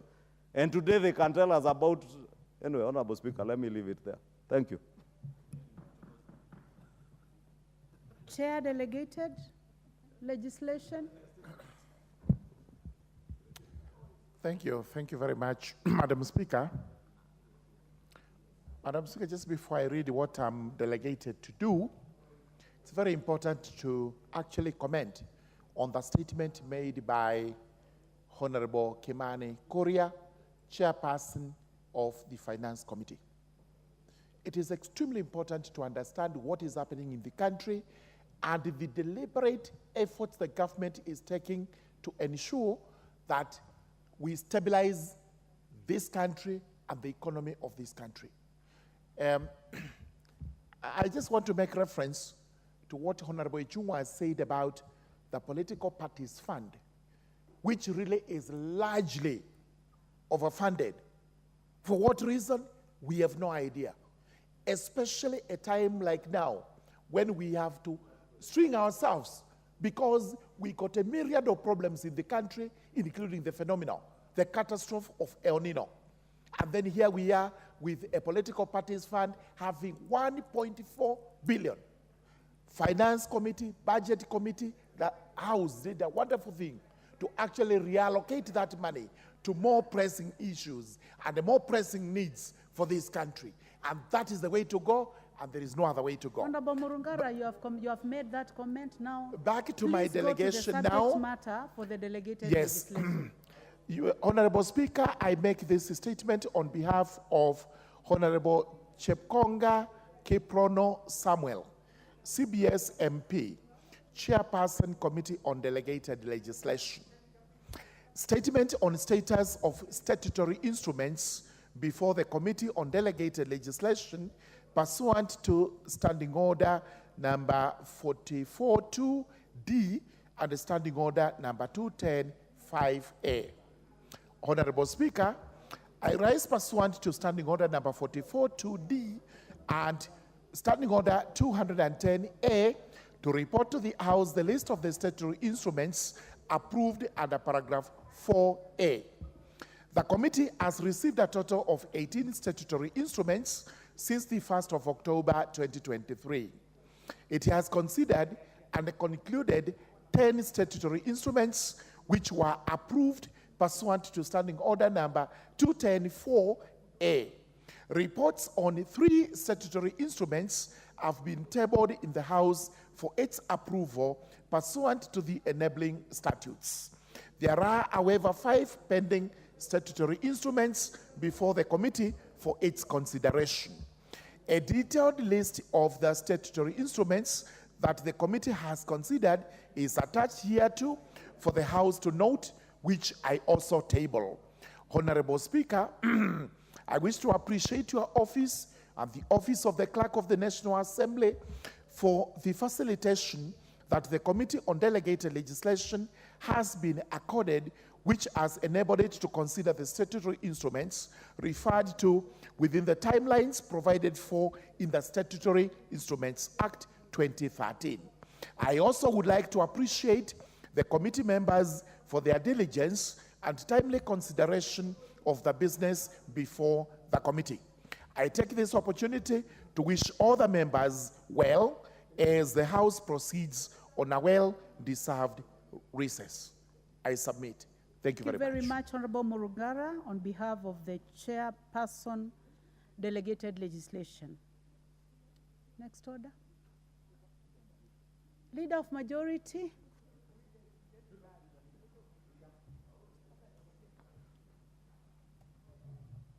Thank you, Honorable Speaker.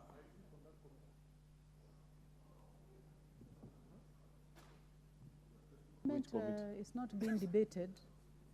So now the opportunity is for the Majority Leader.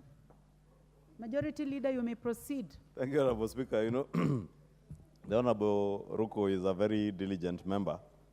That's why he was eager to comment on the delegated legislation statement.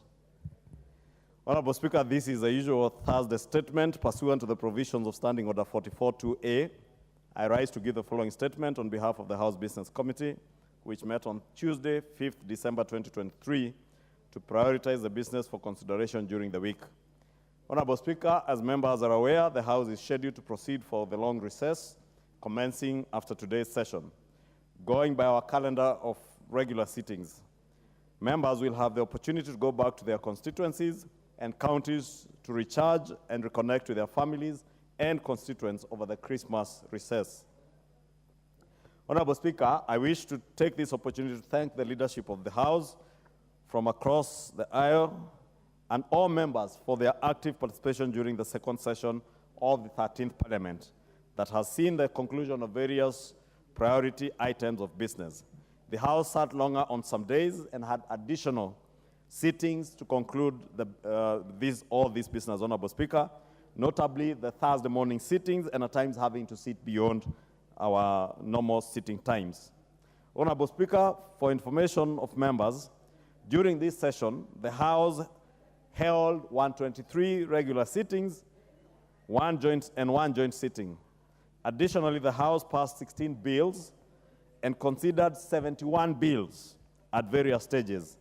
I wish to commend the chairpersons of committees for their active participation during the session that saw a conclusion of a number of committee reports, including those on the vetting of various public officers, such as the chairperson of the Ethics and Anti-Corruption Commission, the Director General of the National Intelligence Service, and High Commissioners, ambassadors, and permanent representatives, among us several others. Additionally, several key issues were concluded during the year, among them passage of the progressive universal health coverage laws, which are set to transform and change healthcare in Kenya in ensuring that every Kenyan has access to affordable and quality healthcare. Honorable Speaker, as we recollect and appreciate what has been achieved, I would like to remind all honorable members that we still have a significant number of legislative proposals, bills, and other statutory instruments that will certainly need our keen attention, when the House resumes our sittings on Tuesday, 13th February 2024, God willing. Honorable Speaker, I also wish to take this opportunity to inform honorable members that the House may be recalled for a special sitting pursuant to the provisions of Standing Order 29-1 to consider important pending business and any other urgent business that may arise in the interim. Honorable Speaker, allow me to conclude on behalf of the House Business Committee and on behalf of the people of Kikuyu constituency whom I represent, on behalf of myself and my family, to take this opportunity to wish all of you, including yourself, Honorable Speaker, all members, their families and constituents, a Merry Christmas, a happy festive season, and God willing, a prosperous year 2024. And I now wish to lay this statement on the table of the House. Thank you, Honorable Speaker.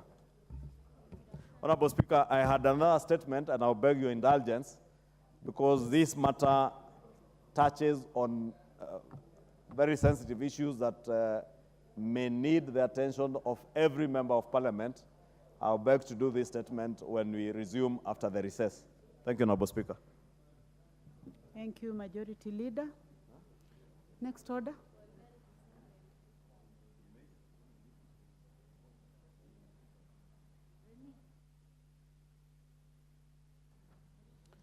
Order number 8, motion, the prevention of terrorism, implementation of the United Nations Security Council resolutions on suppression of terrorism regulations 2023. Resumption of debate.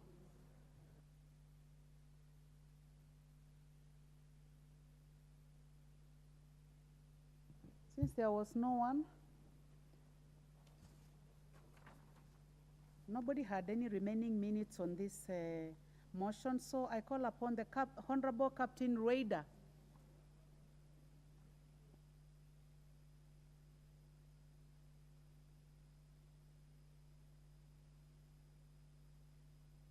Honorable Cap, please trace the Honorable Captain Raider somewhere at the back.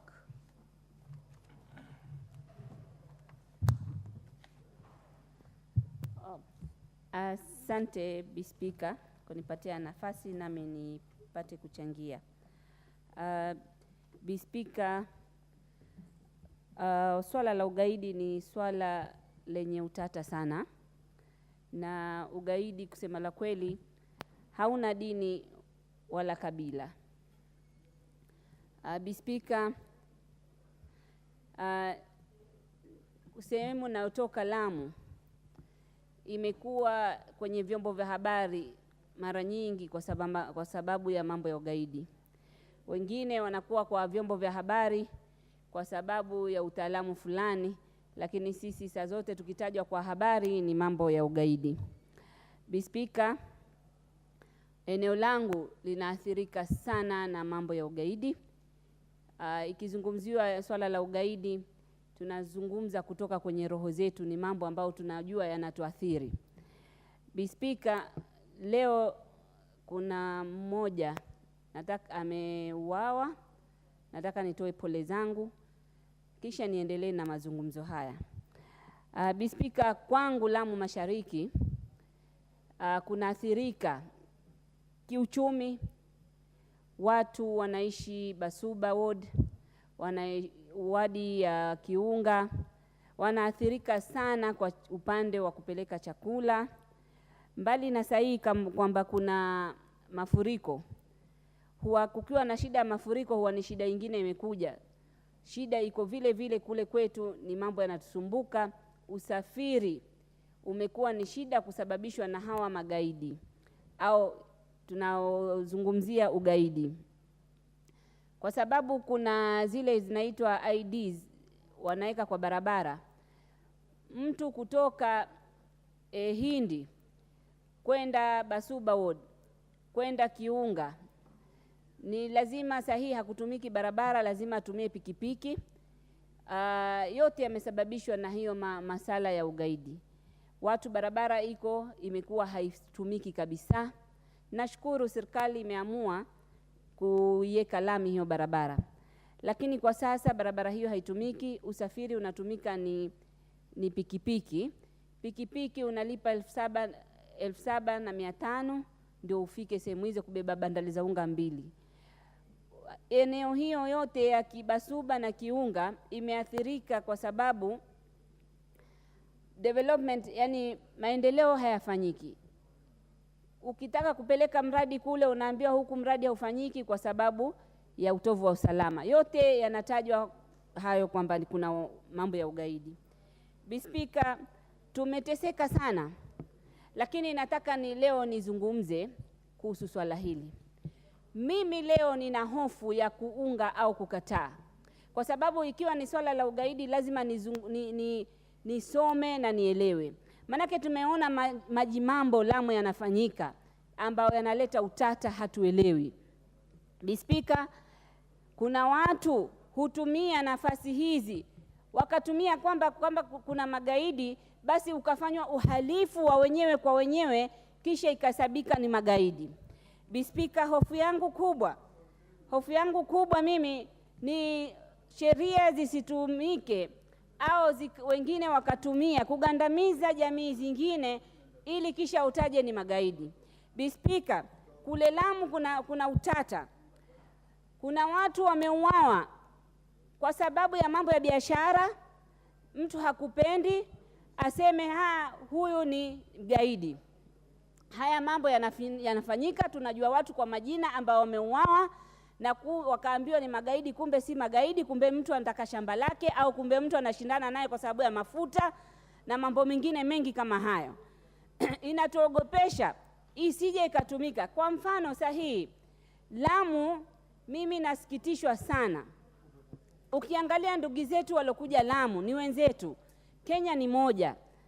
Utaona jamii hiyo iko Lamu kutoka sisi ni wadogo, na wamekaa na wazee wetu vizuri, na sisi tumekaa nao vizuri, hakuna chuki.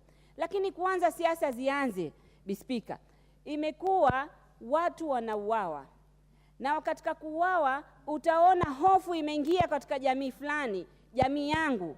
Wao ukiwaambia nenda kwenye mashamba, wanasema sisi tunaogopa kwenda kwenye mashamba kwa sababu tutaonekana kule tuitwe ni magaidi. Wa vijana wamekuwa hawendi mashambani, wao ni kwenda kwa bahari peke yake. Lakini utaona jamii zingine wamekuja na ukihesabu na wanaendelea kuja na wako wengi, na paka wamekuwa na kiburi ya kusema kwamba viti vote watachukua.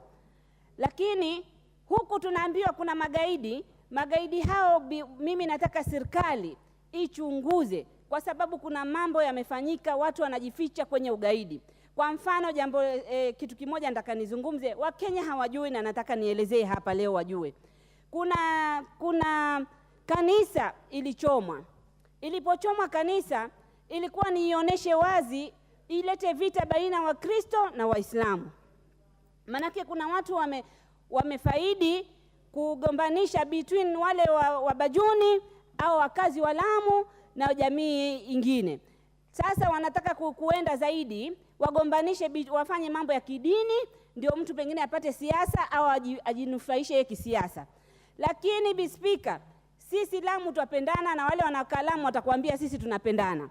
Bi Speaker, kanisa ilipochomwa, ilipochunguzwa, alochoma kanisa ni Muridhi Robert na iko OB namba ambayo ni 371 mkwaju 170 mkwaju 23, na ameshikwa na iko paka file number, amefungwa miaka 8.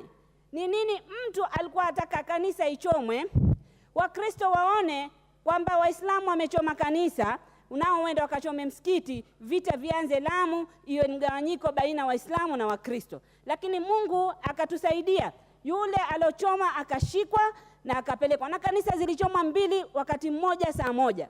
Bi Speaker, nataka niwaeleze wenzangu hapa waelewe ile Lamu inavyoenda, na nataka Waziri Kindiki, naona ni mchapakazi na anajua kazi yake, achunguze maneno yangu na aangalie maneno ya Lamu. Lamu kuna shida zaidi ya shida. Mimi nashangazwa, sisi tunajua kutoka sisi ni wadogo, kulikuwa mwanzo kuna shifter war. Shifter war, sisi tulikuwa tunajua kila ukipita kuna sehemu 3 lazima mnanyamaza nyote, mnapita, ndio baada hapo mna watu wanaanza kuzungumza mkipita na basi. Sehemu hizo ndio sehemu hizo sahihi watu wamekaa, na ndio sehemu zinapatikana Al-Shabaab.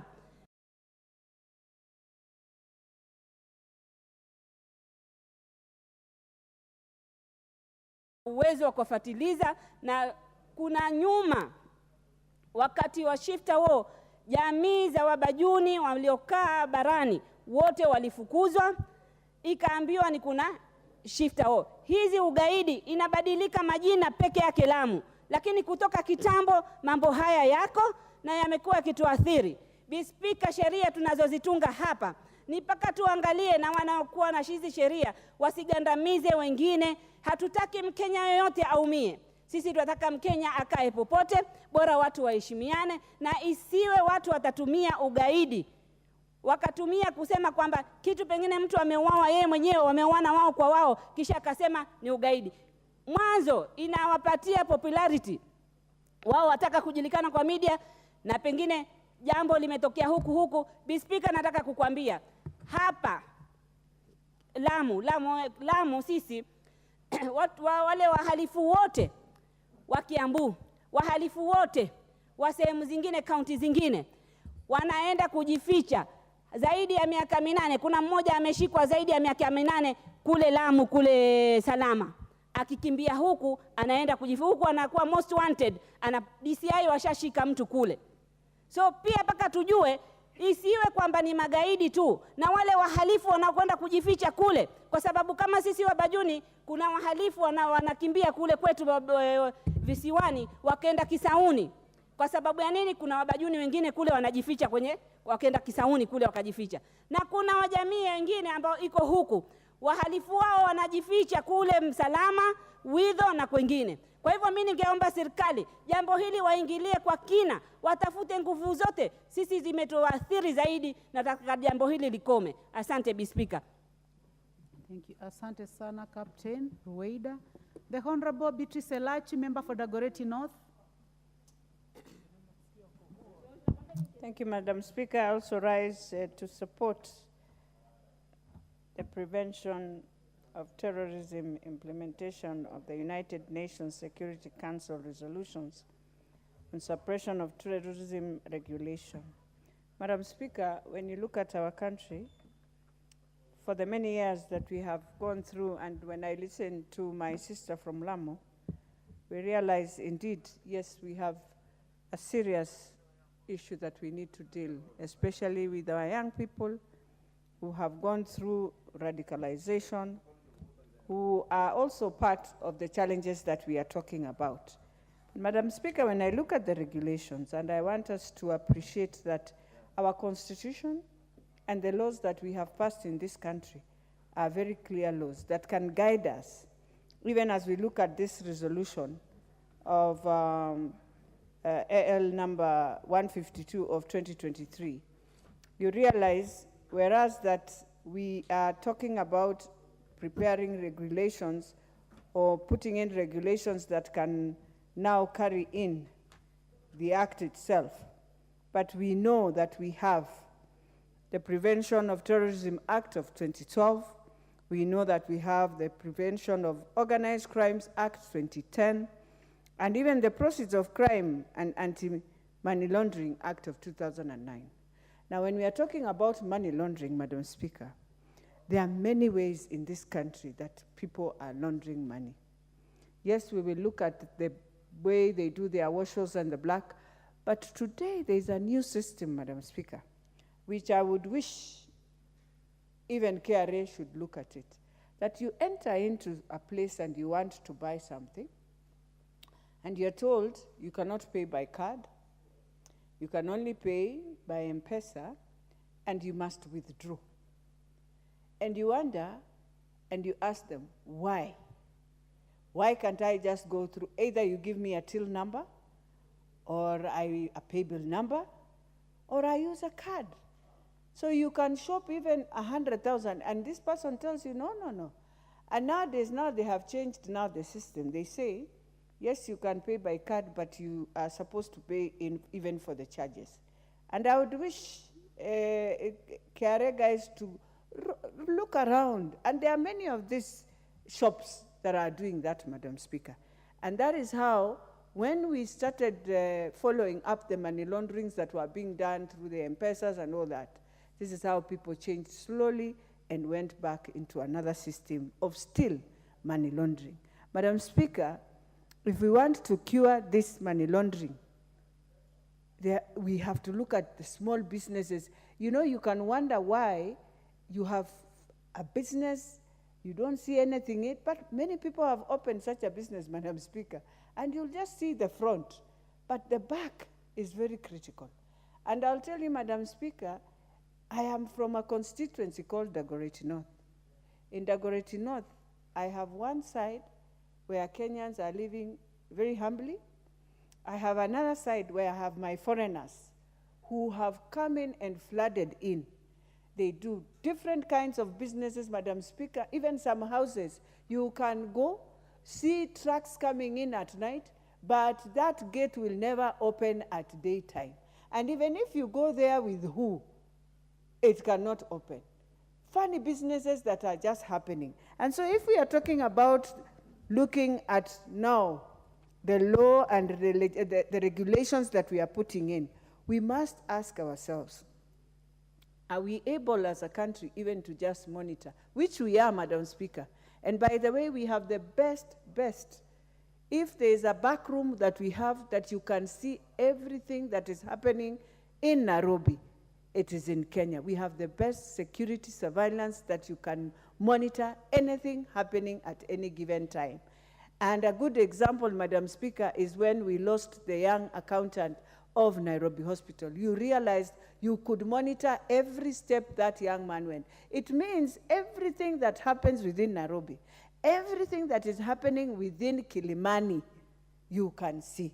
So for me, I would want us, as we support the delegated committee on these regulations, and when I look at it and just read one, let's say 9, the committee shall compile a domestic list comprising of specified entities under Section 3 of the Act.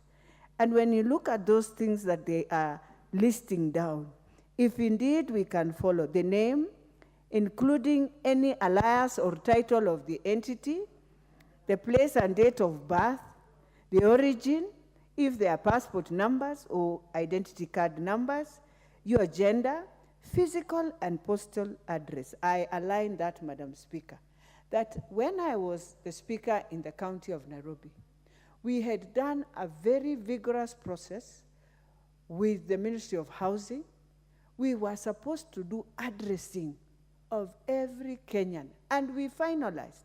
And it was a World Bank program, Madam Speaker, which would have helped us to understand when we have even new people coming in, you can understand. The same way when you enter the US, there is no way you can just fizzle out from there. They will know you've entered. The same way you are going to Rwanda today, those who are going, definitely the government of Rwanda will know how many people have come in, where are they. It cannot mean that us in our country, Kenya, when you enter this airport of ours, that you can just come and decide to live another life and even call yourself another name, Madam Speaker, and you are just surviving here. And that is why we are talking of this terrorism and all these things that we are talking about. These are the people who come in, Madam Speaker, and they will start some funny business, and we will find ourselves now in a crisis and crying. Madam Speaker, when you look at another, which I want us to now ask ourselves, especially on the financial institutions, that as we agree to open up business, I think it's also important to always balance both, because we cannot allow also our country to just be a dumping place. Anything that anyone brings, they dump here, they move and they move on. We have to have very serious, and I appreciate the regulations that we are now putting in, that if indeed, even when you go, if anything happens and you are in court, we have to ensure in 60 days, we will have to receive information and many other things. So these regulations, Madam Speaker, come in to assist in the many challenges that we are faced, especially on obligation of financial institutions and getting to know who is this person. And I have, as I said in the morning, Madam Speaker, we have passed a few very key bills in this House. And we are hoping, as we put together even the regulations, and ensuring that when someone is doing something wrong, there is restrictions to guide in the process. As much as I will understand also, if we are not careful, we can also vilify our young people if we don't go through a very vigorous process. Because sometimes we put our young people into this due to challenges that they face, and they will find themselves in court wondering, why am I in court? So, Madam Speaker, as I finalize, the most important thing that we must be asking ourselves, and we should be thanking God as we close the year, that we have seen a lot of challenges in the security sector. But indeed, our CS Kindiki, we have to also appreciate that the things he has done, surely, with the challenges of bandits, and it is unfortunate, we can talk about bandits and PS Omolo. We can talk about bandits, yet these are our people, these are our young men who we know we can deal with them, but it has become as if there's a team, and that is what we call terrorism now. You've decided to safeguard the team and do everything. So, Madam Speaker, even as we talk about everything and we appreciate, let us not... Sorry, Honorable Beatrice Elachi, what is your point of order, Honorable John Waweru? Madam Speaker, I normally really restrain myself when the Honorable Member for Dagoretti North is on the floor, because I know she's an extremely passionate legislator, a great leader, and of course a very good neighbor. And Madam Speaker, there is nothing out of order in what she's presenting. Mine is that I am rising on a point of procedure, and I would like to request that even as she concludes, that we could call upon the mover to reply, listening to the trajectory that the debate is taking, and knowing what is needed, especially on this day being the last day of business in this House, to kindly, as she prosecutes, Madam Speaker, you can apply your discretion to call the mover to reply at a timely, in a timely manner, so that we can prosecute, we can be able to execute this business and expend of it in good time. Thank you very much, Honorable Speaker. Thank you, Honorable Kiari. You will conclude, and after that, then I'll find out whether that is the mood of the House. So you may proceed. What is out of order, Honorable? Speaker, we are discussing a very important issue, and looking at the numbers in the House, we do not actually have quorum in the House.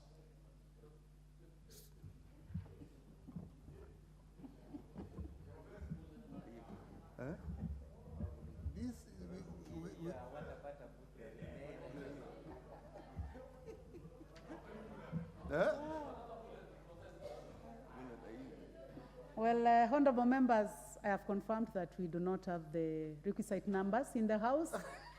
So then I order that the bell be rung for 10 minutes.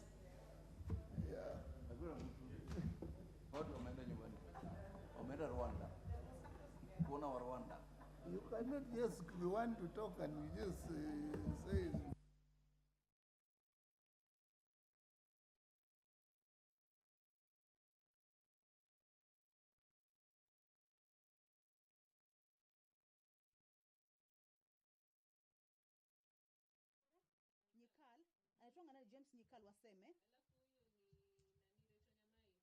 Ni wa speakers panel.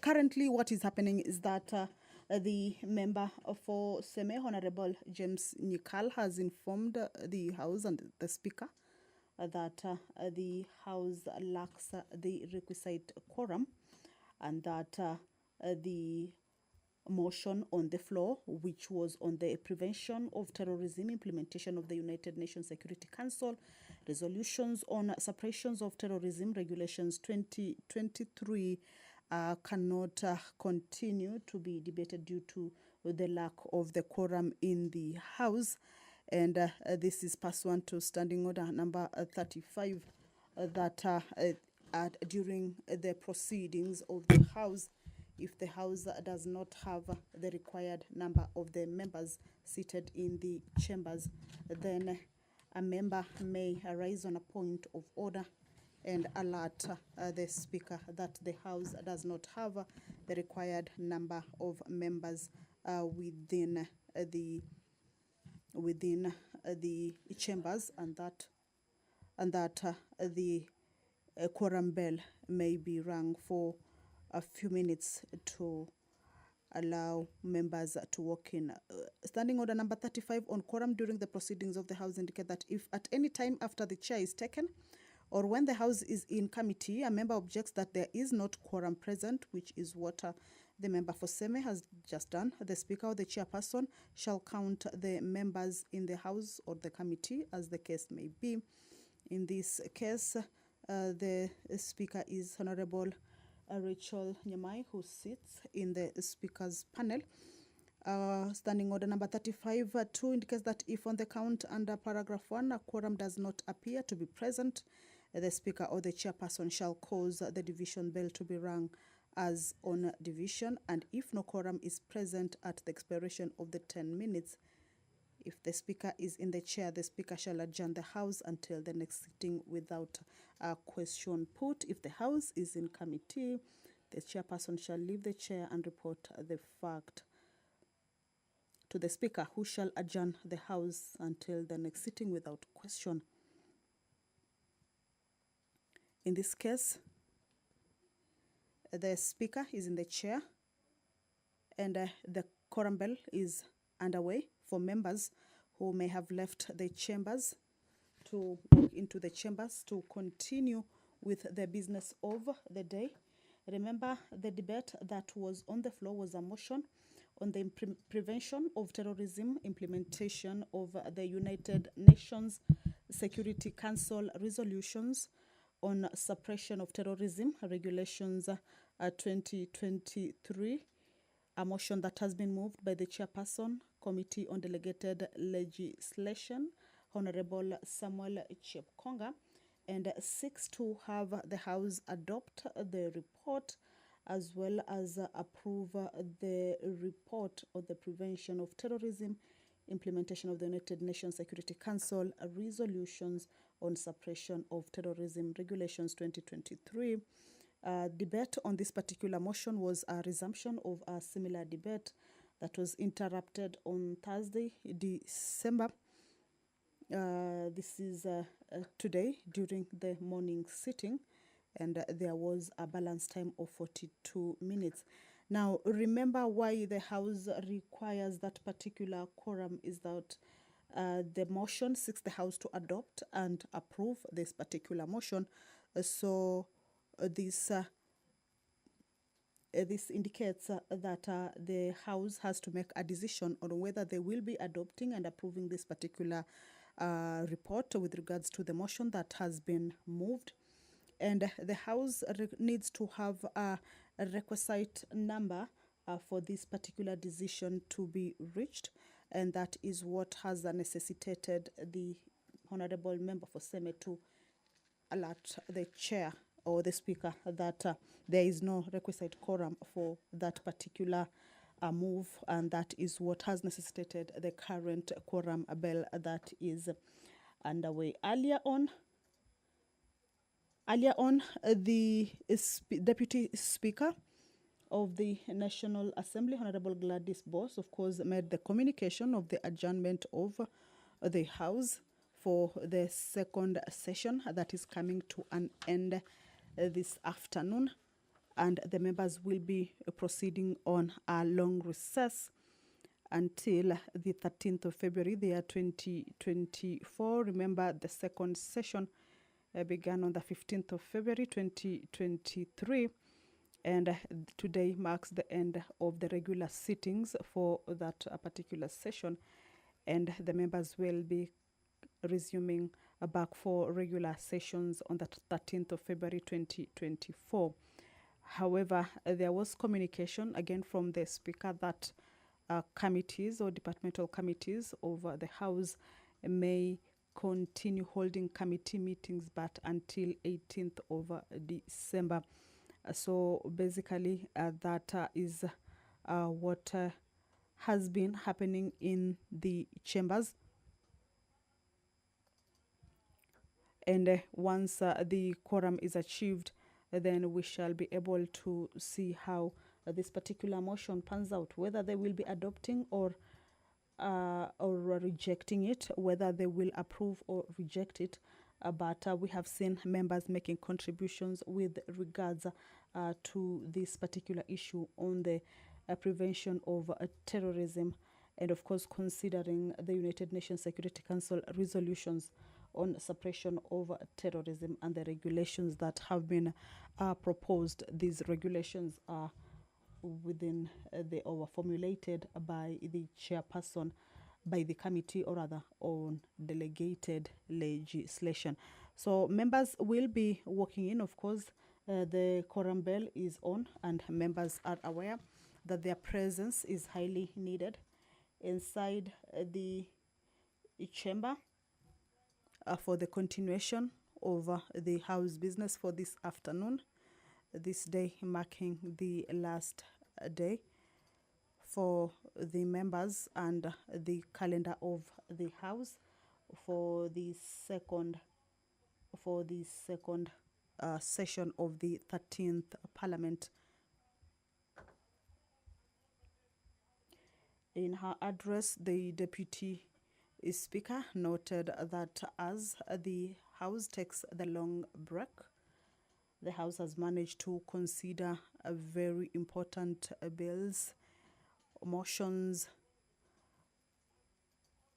as well as treaties that were important to the national interest or national matters. Some of the bills, including the finance bill, among other bills.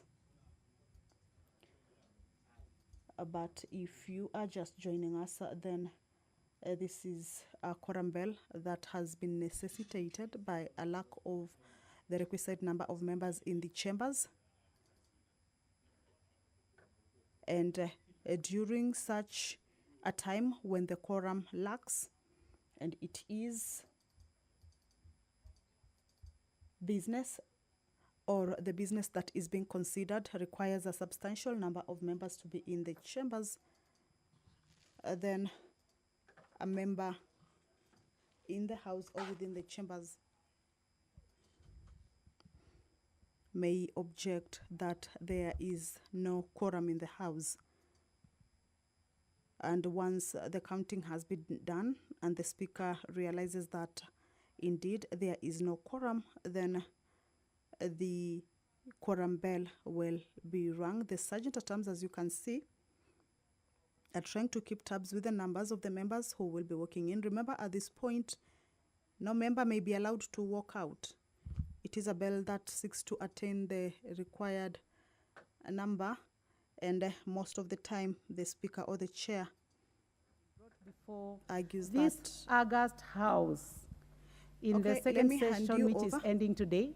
I would like to thank you very much for making debate interesting as you represented your constituents. And let me take this opportunity to wish you a Merry Christmas and a happy 2024. So, honorable members, there be no quorum present in the House, and the time now being 4:29 p.m. This House stands adjourned for 5:29 p.m. This House stands adjourned until Tuesday, the 13th of February 2024 at 2:30 p.m.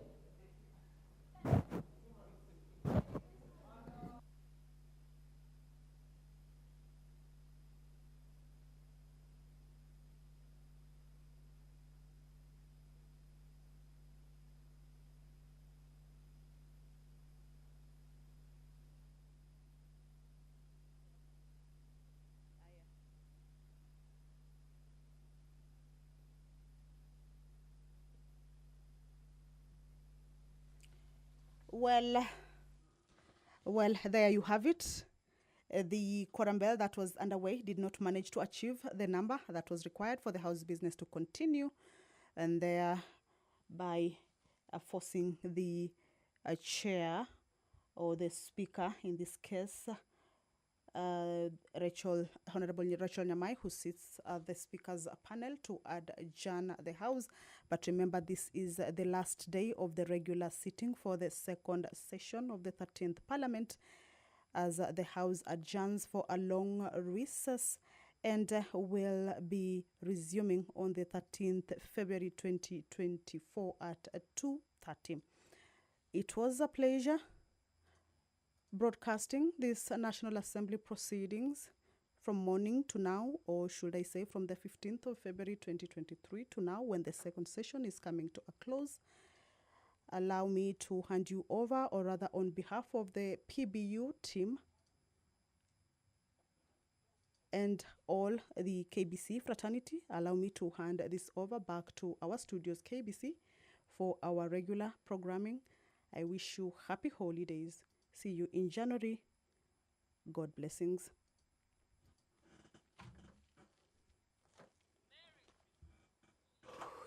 Hey.